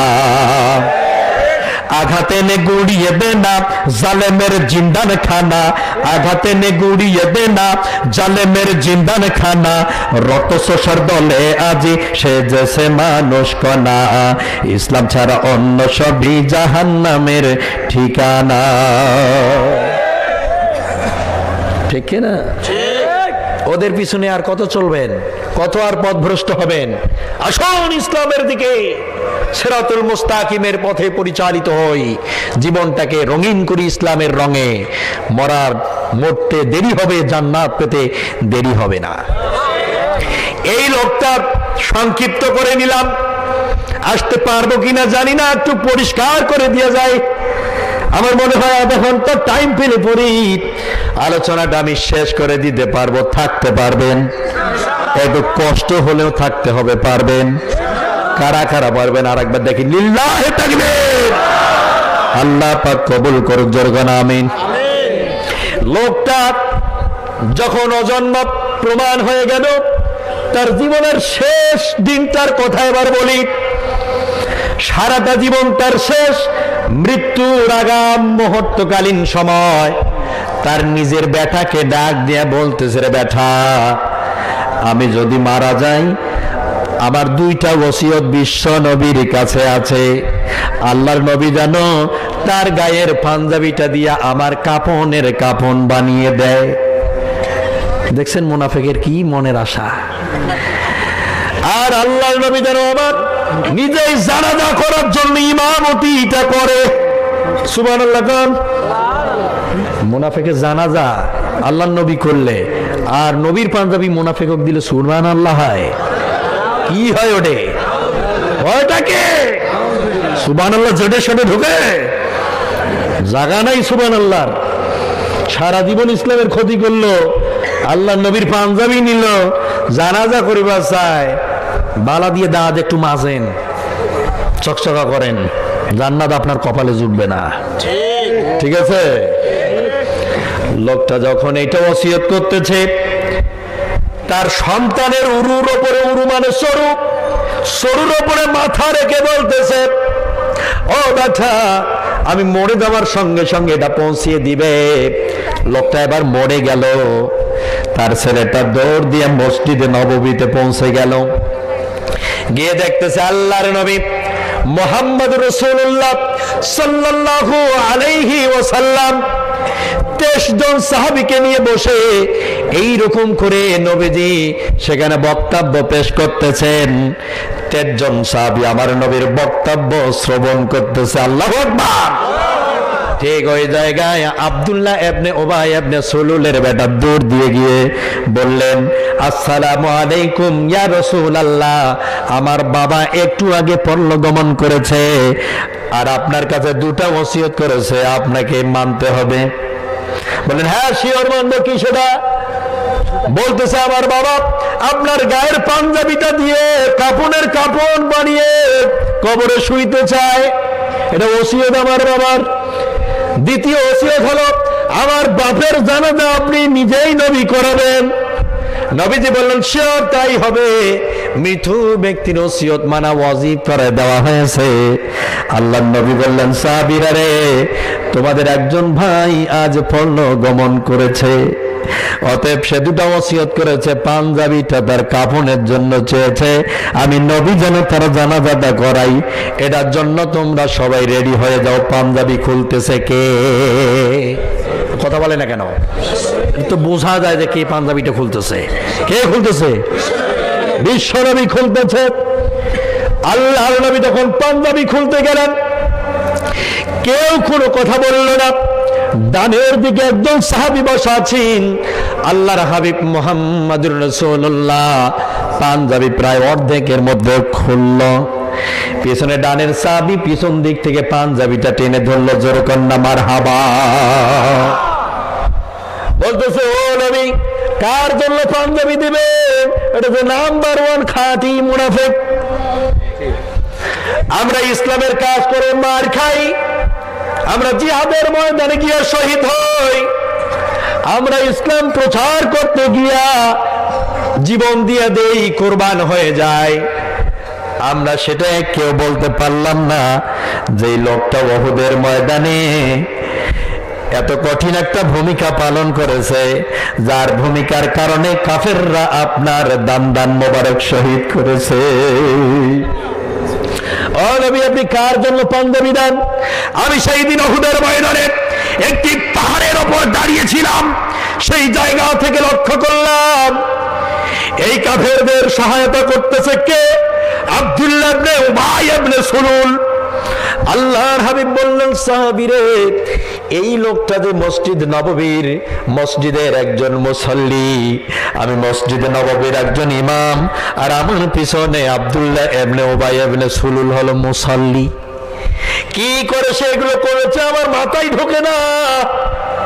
একসঙ্গে চিহিরি খেয়েছি, পরের দিনে মাগরিবে আযান শোনা মাত্র এক জায়গায় ইফতারি করে রোজা ভেঙেছি, একসঙ্গে জিহাদের ময়দানে গিয়েছি, বহুত জিহাদের ময়দানে টাকা পর্যন্ত খরচ করে দিয়েছে। তার মানে এগুলো থেকে প্রমাণিত হয়ে গেল মুনাফিক নামাজ পড়বে কিন্তু নামাজ কায়েম করতে চায় না। মুনাফিক টাকা দিবে যে ঠিক আছে করো, কিন্তু পরে বাস দিবে।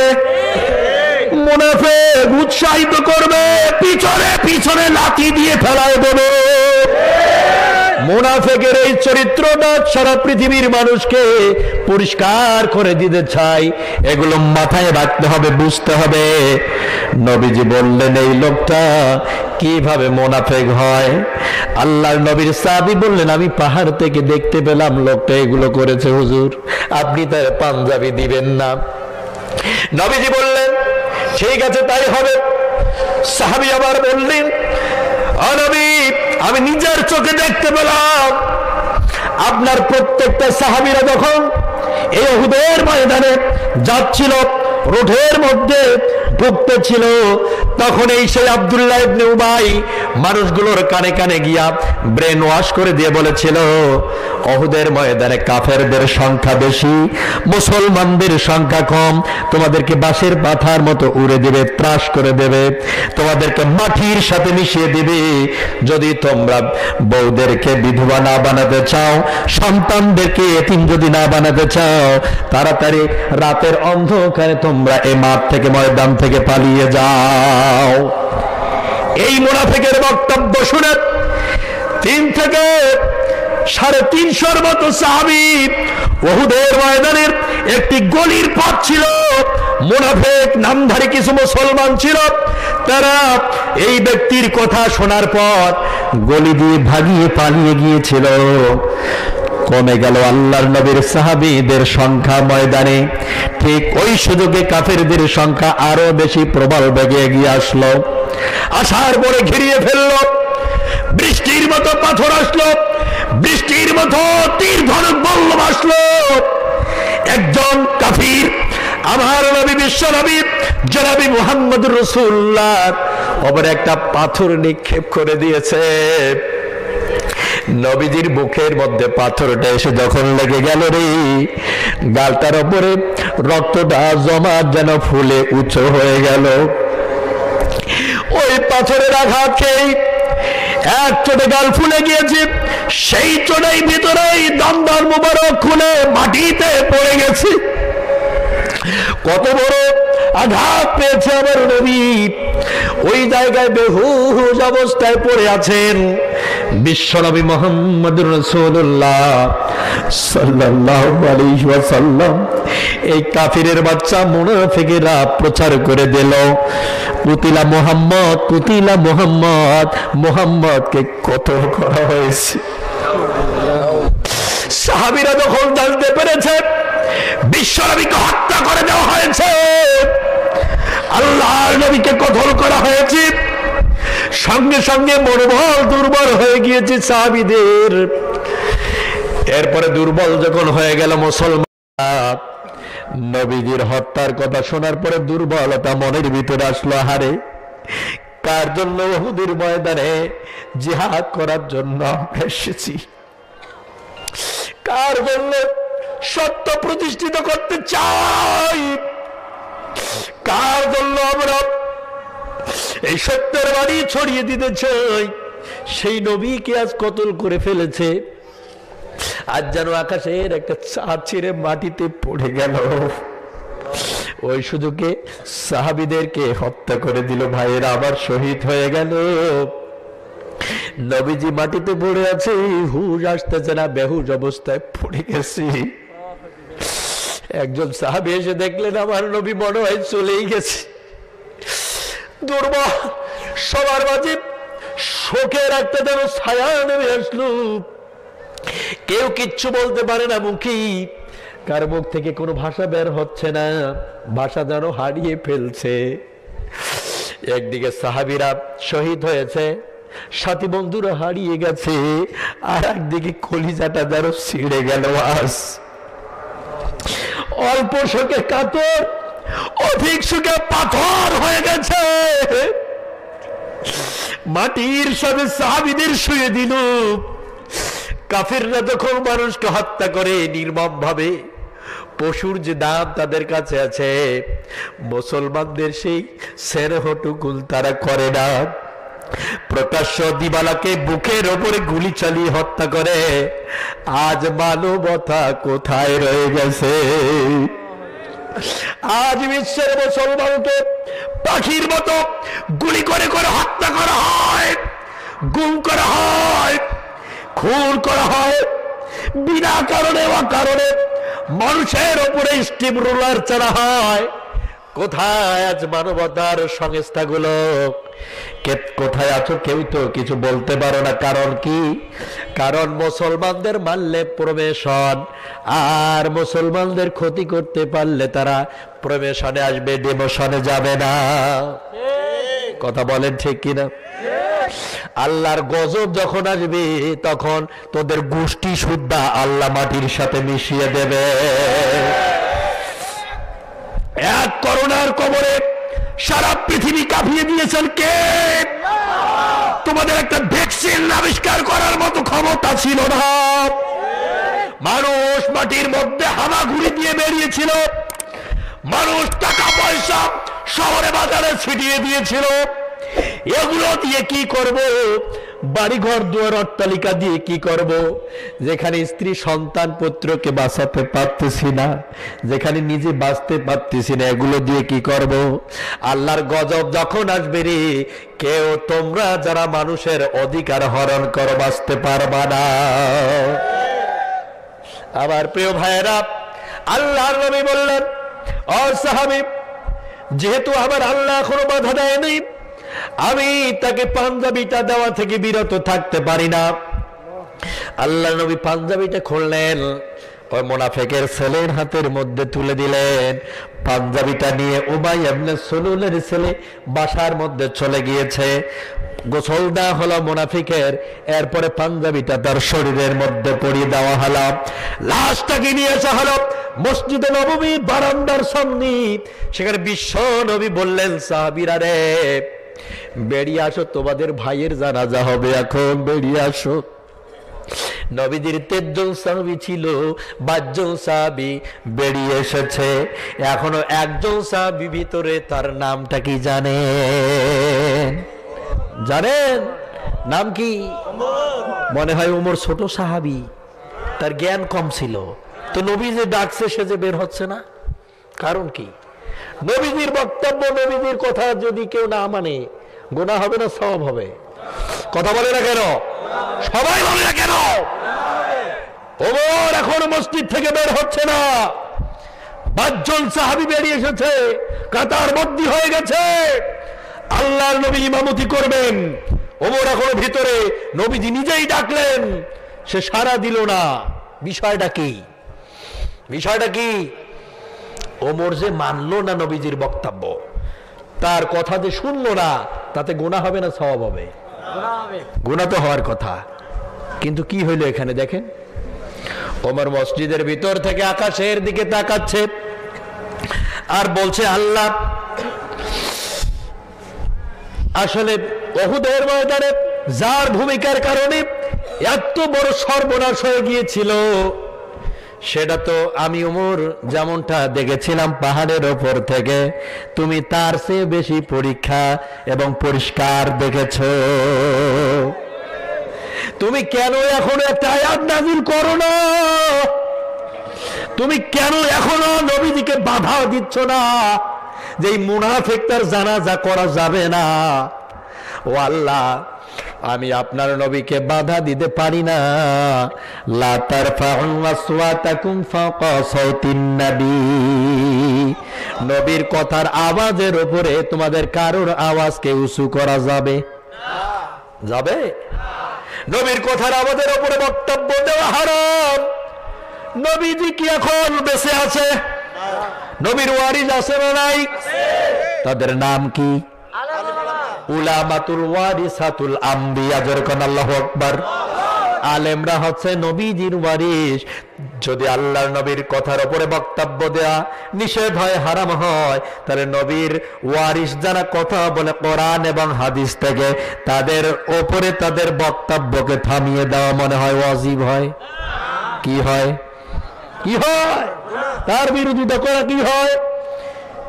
গুনাহ হয় কি না?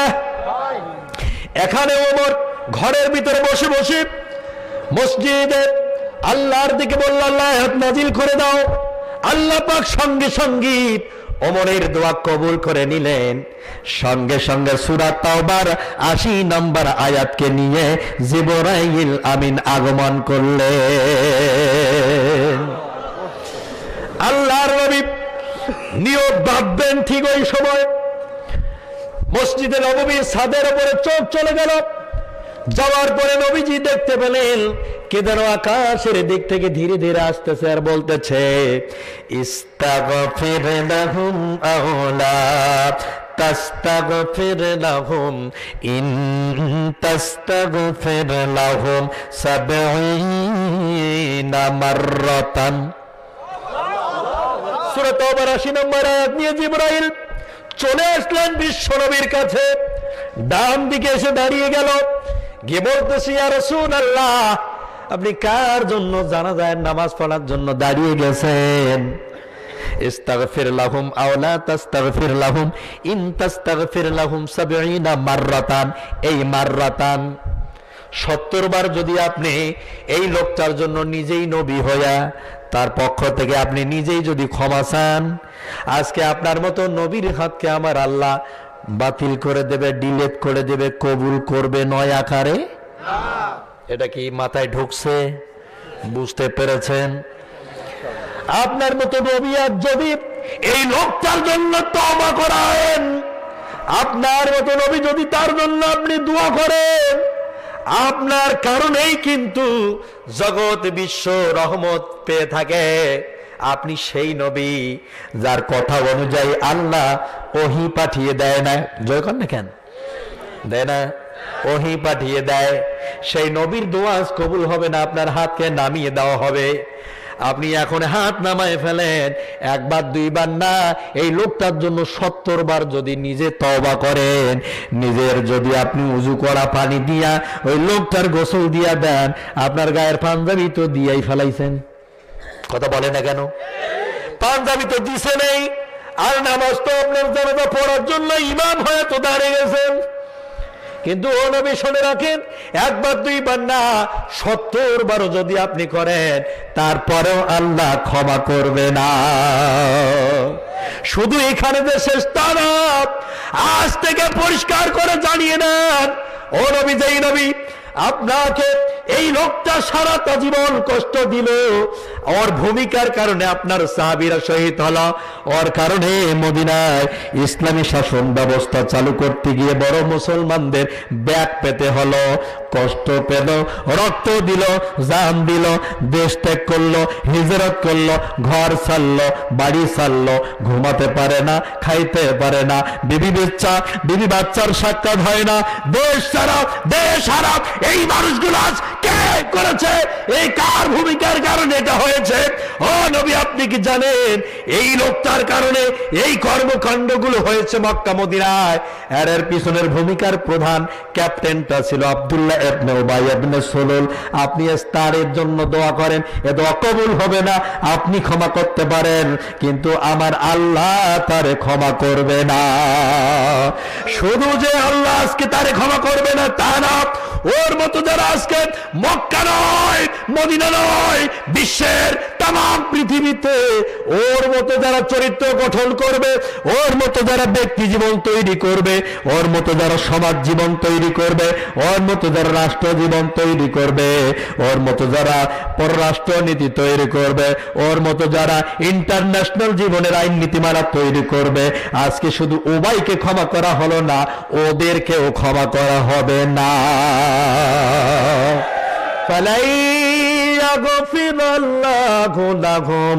ও নবী, শুধু আজকে যে এখানে শেষ তা না, কিয়ামত পর্যন্ত যারাই ওর অনুসারী হবে, যারাই ওর মতো চলাফেরা করবে, ওদের গোষ্ঠী শুদ্ধায় মাপ পাবে না।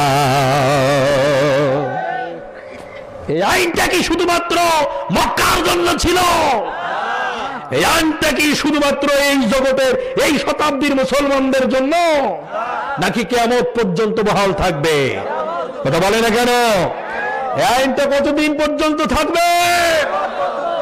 আকাশে সূর্য উঠবে যতদিন, এই আইনটা বাস্তবায়িত থাকবে ততদিন।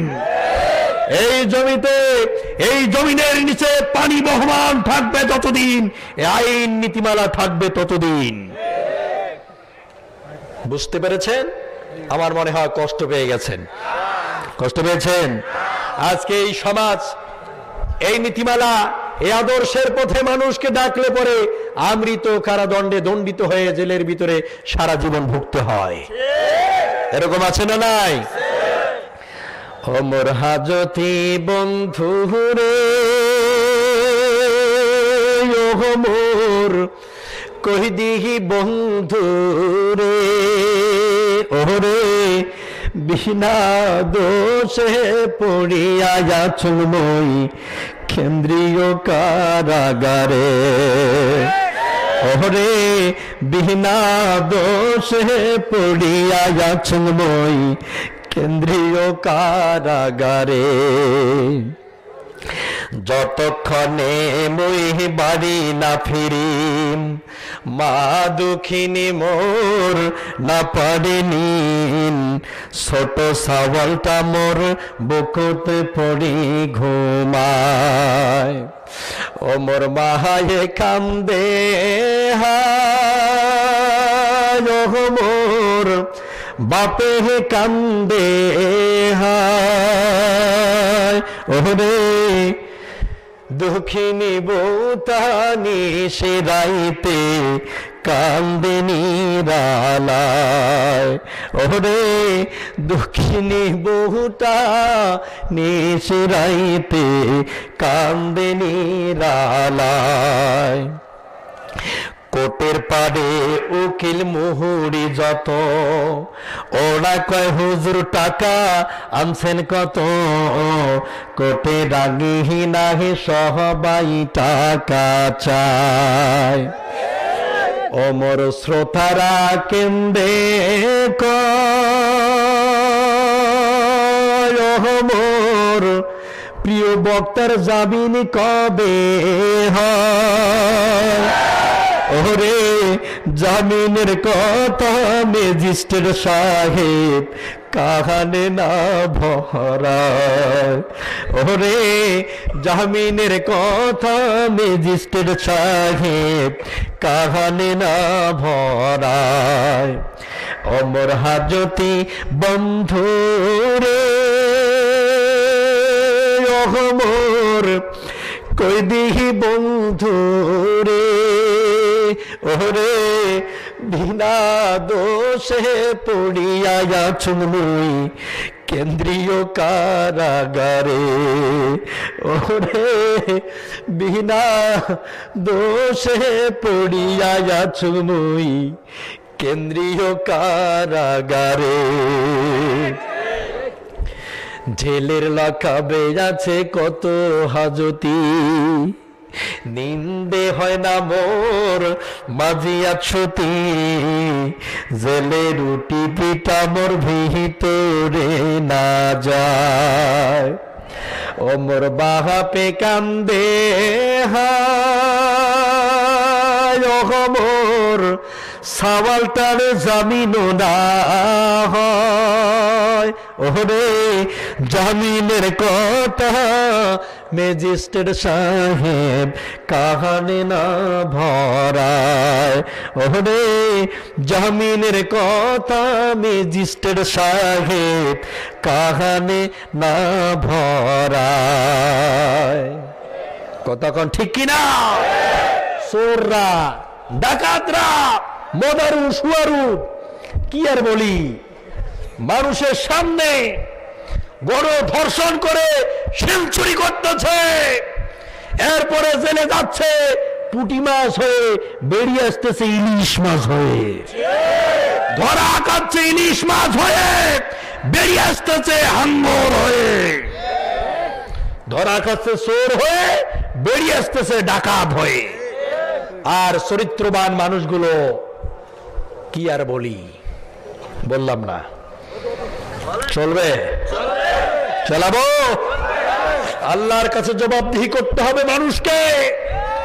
আপনারা বলেন, নবীর যুগে যদি থাকতাম আবু জাহেল কত বড় শয়তান হয়েছে আমি দেখতাম। বলেন না?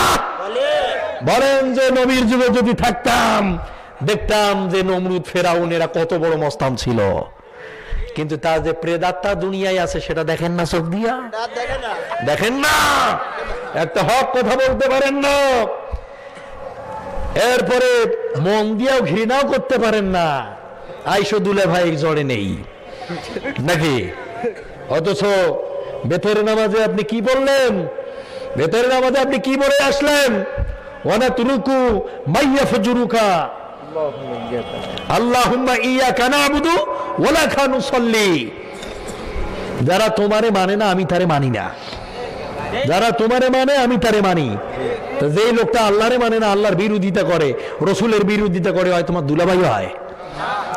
কে সে? আল্লাহ বিরোধী, রসুল বিরোধী। আল্লাযীনা ইত্তাখিযুনাল কাফিরিনা আউলিয়া মিন দুনিল মুমিনিন। আল্লাহ বলছে সূরা নিসায়, আল্লাযীনা ইত্তাখিযুনাল কাফিরিনা, এই পৃথিবীতে কিছু মানুষ আছে কাফেরদেরকে আউলিয়া, আউলিয়া মানে হচ্ছে অন্তরঙ্গ বন্ধু বানায়, মিন দুনিল মুমিনিন, তারা মুমিনদেরকে মাইনাস করে চলে। আছে না নাই? আছে না নাই? আছে না নাই? ভোটের আগে নেতাকে দেখবেন রাস্তায় রাস্তায় ঘুরিয়া, যাকে পাশে দেয় রে সালাম, হাত দুখানি তুলিয়া, হাত দুখানি তুলিয়া। পরে আর কোনো খবর নাই। প্রতিষ্ঠিত হয়ে গেল, ইসলামের কাপন পরিয়ে দাপন করে দিল। এর 50% আপনার নেওয়া লাগবে। কাদার ভিতরে একটি মাছ থাকে, মাছটার নাম কি? কথা বলতে পারে না। আলোচনা কি শেষ করে দেবো? আসলে মনে হয় চাচ্ছেন না শুনতে। শেষ করে দেবো? লো তো হয়ে যাওয়ার কথা আমার, তো দেখি আপনারা একবারে ব্যাটারি লো হবে। কাদার ভিতরে একটি মাছ থাকে, নাম কি? ধরা পাওয়ার পরে মনে হয় এর মতো ফেরেশতা আর নাই। জীবনে কোনোদিন ওর শরীরে মনে হয় কাদো স্পর্শ করে নাই। কথা ঠিক কিনা? শরীর দেখলে বোঝা যায় চকচকা ধকধকা ফকফকা। জীবনেও কোনোদিনও মনে হয় এর শরীরে কাদা স্পর্শ করে নাই। অথচ আপনি ভালো করে একটু অনুসন্ধান করে দেখেন তো, কাদার ভিতর ছাড়া থাকেই না। কথা ঠিক কিনা? ওপরে টুপি পাঞ্জাবি আর এই লেবাস দেখলে হবে না, দেখতে হবে তার মনের ভিতরের অবস্থানটা কি, সে থাকে কোথায়। ওপরে থাকে চকচকা জায়গায় নাকি কাদার ভিতরে, সেটা আপনাকে দেখতে হবে। চরিত্র দেখতে হবে। আপনার এক ছেলে ডাকাত, আর এক ছেলে আপনার মাস্টার। ডাকাত ধরা খাইছে ডাকাতি করে, এদিকে মাস্টারের আবার গুণকীর্তন মানুষ করতেছে। কত সুন্দর মানুষ মাস্টার সাহেব। কয়ে ভাই আপনার ছেলে মাস্টার এত ভদ্র আর স্মার্ট, এত সুন্দর, আল্লাহর রহমতের উপরে বর্ষিত হোক। তখন আপনি কেন, হ্যাঁ মাশাআল্লাহ আমার এই ছেলেটা ফাটাফাটি ভালো, ঠিক কিনা? আমার এই ছেলের মতো আর হয় না। আপনি প্রশংসায় মানে গদগদ, ঠিক আছে, মানে খুশিতে ভুসি হয়ে যান। আর আপনার আর এক ছেলে ডাকাত, ডাকাতি করে ধরা পড়ছে। ওসি সাহেব বলতেছে, কই আপনি বল্টু সাহেব, আপনার বেটা যে ডাকাতি করে ধরা খাইছে। ওটা আমার বেটা নয়, এটা আমার কুপুত্র সন্তান। আরে বেটা, কুপুত্র করো আর তুমি তার ঘর থেকে বের করে দাও, ও তো তোমার আরো ওরসজাত সন্তান, তুমি তার জন্ম দিয়েছো। যে নেতা ভালো হবে প্রশংসায় আপনারা গদগদ হয়ে যাবেন, আর যে নেতা ইসলামের ক্ষতি করবে এর 50% গোনা আপনারা নেবেন না। এটা কেমন করি হয়? হ্যাঁ নেবেন না? বুঝতে হবে। ড্রাইভার গাড়ি চালাচ্ছে, সামনে একটা বোবা আর ঠোসা ঠোসা বয়রা চেনেন? বয়রা চেনেন? বয়রা সামনে হরেন মারতেছে ড্রাইভার, কিন্তু ওই বেটা শোনে না। কারণ কি? ওর কান দিয়ে শোনে না বয়রা। কন্ডাক্টর বলতেছে, ওস্তাদ এই বেটাকে যদি আপনি বাঁচাইতে চান, পাশের 10টা মানুষকে আপনার ডলি দিয়ে মারি দেওয়া যাওয়া লাগে। এখন আপনি 10টাকে বাঁচাবেন নাকি এক বেটা বয়রা বেটাকে বাঁচাবেন? কোন কার জীবনের দাম বেশি, 10টা মানুষের নাকি একটার? কাছে অবশ্যই 10টা মানুষের জীবনের দাম অনেক বেশি। কাছে তাহলে কি করবেন? কই ওই বেটাকে ডলি দিয়ে মারি দিয়ে যাব। কন্ডাক্টর বলতেছে যে ওয়াগ মারা লাগবে, না মারলে এরা 10 জন বাঁচবে না। আমার কথা কি বুঝতে পারতেছেন? বোঝা যায়? ওকে মারতে হবে, না হলে এ 10 জন বাঁচবে না। আর যদি ওই বয়রাকে বাঁচাতে চান তাহলে 10টারে ডলি দিয়ে মারা লাগে। গাড়ি চালাচ্ছে তুমুল গিয়ারে, 100 চলছে। কাছে গিয়া ওই বয়রারে মারছে একটা হরেন। বয়রানা লাভ দিয়ে খাট থেকে রোড থেকে দোলার মধ্যে মারছে দৌড়, আর এরও গাড়ি হ্যান্ডেল ঘুরে দোলার মধ্যে টান, পিঠটি ধরে দোলার মধ্যে ডলি দিয়ে চ্যাপটা করে মারি দিয়ে উঠছে। ট্রাফিক পুলিশ এসে ধরে ফেলেছে এই বাটা। সারা জীবন দেখি রোডে অ্যাক্সিডেন্ট, এটা দোলার মধ্যে অ্যাক্সিডেন্ট, বিষয় কি? কয় স্যার আমার কোনো দোষ নেই স্যার। কি ব্যাপারটা কি? আমি তো কিছুই বুঝলাম না। রোডে মানুষ অ্যাক্সিডেন্ট করে, তুমি দোলার মাঝে কেন? তো তারপরে সাইটে যদি মারতে সেটার ব্যাপারটা ভিন্ন ছিল, যে গায়ের মধ্যে উল্টি পড়ে মরছে। তো তুমি তো দোলার মাঝখানে গিয়ে মারছো, ব্যাপারটা কি? স্যার আমার কন্ট্রাক্টর বলছে ওকে যদি না মারি তাহলে এরা 10 জন বাঁচে না। এই কন্ট্রাক্টরের কথা রাখতে গিয়ে স্যার পিটি ধরে দোলার মধ্যে আমাকে মারি দেওয়া লাগছে। আমার কোনো দোষ নাই, ঠিক আছে? আসলে স্যার আমার কোনো দোষ নাই। কয় বেটা তোর দোষ নাই, তোর কি কমন সেন্স নাই? ওর দোলা পিটি ধরি মারিস থেকে কি, ঠিক আছে? মানুষ মারিস। ঠিক এইরকম ইহুদি খ্রিস্টানরা বলতেছে জঙ্গি হচ্ছে আলেমরা, আর সেই কথা শুনে আমাদের দেশ এবং দেশের বাইরে বিভিন্ন দেশে কথা শুনে জঙ্গি মারা শুরু করে দিয়েছে। শুধু দেখি যে আলেম আর মৌলবি মুসলমান ছাড়া আর কোথাও দেখি না। এমন মার মারছে জঙ্গি আর এই সন্ত্রাসী, মৌলবি ছাড়া আমি কিছুই দেখো না। আসলে আপনি ওয়েবসাইটে গিয়ে ডলি মারি দিবেন, এটা কিন্তু হয় না, আল্লাহর কাছে জবাবদিহি করা লাগবে, ঠিক কিনা? আপনি যারে পাবেন তারে মারবেন, তা কিন্তু হয় না। একজন বিচারক আছে, তিনি কে? তিনি কে? ওই আল্লাহর কাছে আমরা বিচার দিলাম। এ জীবনের আসলে আমরা কোনো পরোয়াই করি না, আল্লাহর কসম করি না, সত্যি করি না। এ জীবন আল্লাহর জন্য শুধু, এটার কোনো মায়া করি না আমরা। ইন্নাল্লাহ আশতারা মিনাল মুমিনিনা আনফুসাহুম, কি এটা? আমওয়ালাহুম বিআন্না লাহুমুল জান্নাহ। এই আয়াত দিয়ে আলোচনা করছিলাম। আমরা জানমাল বিক্রি করে দিয়েছি কার কাছে? পাবো কি? আকাঙ্ক্ষা কি? চাওয়া কি? আমরা জান্নাত যদি আল্লাহ আমাদেরকে দেয় তো জান তো আমরা বিক্রি করে দিয়েছি। এখন আমাদের কথা অনুযায়ী জান জীবন চলবে, নাকি যিনি আমাদের জান প্রাণ কিনে নিয়েছেন তার কথা অনুযায়ী চলবে? কার কথা অনুযায়ী? আমরা যারা জানমাল বিক্রি করে দিয়েছি, যদি এখন জানমাল বিক্রি করে দেওয়ার পরে ওই আল্লাহর নীতিমালা তার আইন দ্বারা যদি জীবন না চালাই, আমাদের নিজস্ব বুদ্ধি দ্বারা চালাই, তাহলে আল্লাহর সঙ্গে আমাদের মুনাফিকি ছাড়া করা ছাড়া আর কিছুই হবে না। কথাটা ঠিক কিনা? আল্লাহ পাক আমাদের এই কথাগুলো সকলকে জানার জন্য, বোঝার জন্য, মানার জন্য, বক্তা ও শ্রোতা উভয়কে আমল করার জন্য তৌফিক দান করুক। এবং মিডিয়ার ভাইয়েরা যারা ইসলাম প্রচারের জন্য মাঠে ময়দানে ছড়িয়ে ছিটিয়ে প্রচারের জন্য বের হয়েছে, এই সকল ভাইদের প্রতিষ্ঠানগুলোকে আল্লাহ ইসলামের জন্য কবুল করুক, জোরে বলেন আমিন। এই ওয়াজগুলো আগে সীমাবদ্ধ ছিল ময়দানে, এগুলো যখন ছড়িয়ে ছিটিয়ে গিয়েছিল না, ইউটিউবে যখন যায় নাই, তখন মমতাজের গান হায়রে বুকটা ফাইটা যায়, ঠিক কিনা? শহরে বাজারে বন্দরে না বলে যেথায় পাবেন সেইখানে কঠিন ভাবে গান শুরু হয়ে গিয়েছিল। আর এখন যখন কোরআনের ময়দানগুলো ইউটিউবে ভাসছে, তখন ওদের কলিজায় জ্বালা পড়া শুরু হয়ে গেছে। কথা বলেন ঠিক কিনা? কলিজার মধ্যে জ্বালা পড়া শুরু হয়ে গেছে। আরে ভাই, একজন তো বলেই ফেলছে যে এই ওয়াজ মাহফিলের কারণে যাত্রা গান আমাদের আগের ঐতিহ্য নষ্ট হয়ে গেছে। আরে বাপু, তোমরা মরি গেলে তোমার ঐতিহ্য সবগুলো খবরে চলে যাবে, সব ইসলামী সমাজ ব্যবস্থা তারা পৃথিবীতে চালু হয়ে যাবে, এটা আল্লাহর ঘোষণা। কথা বলেন ঠিক কিনা? এই প্রচারের দায়িত্ব কার? আমি আশরাফুলের না, এটা দায়িত্ব আল্লাহ। এটা প্রতিষ্ঠিত হয়ে যাবে। তুমি এগুলো কি কও? কোরআন হাদিস জানো না, যার কারণে এগুলো বলে থাকো। যাই হোক, আল্লাহ হেদায়েত দান করুক, জোরে কোন আমিন। আরো জোরে কোন আমিন, আরো জোরে বলেন আমিন। আমার অসমাপ্ত আলোচনাকে এখানেই সমাপ্তি করে দিলাম।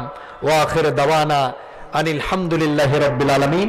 আসসালামু আলাইকুম ওয়া রাহমাতুল্লাহি ওয়া বারাকাতুহু।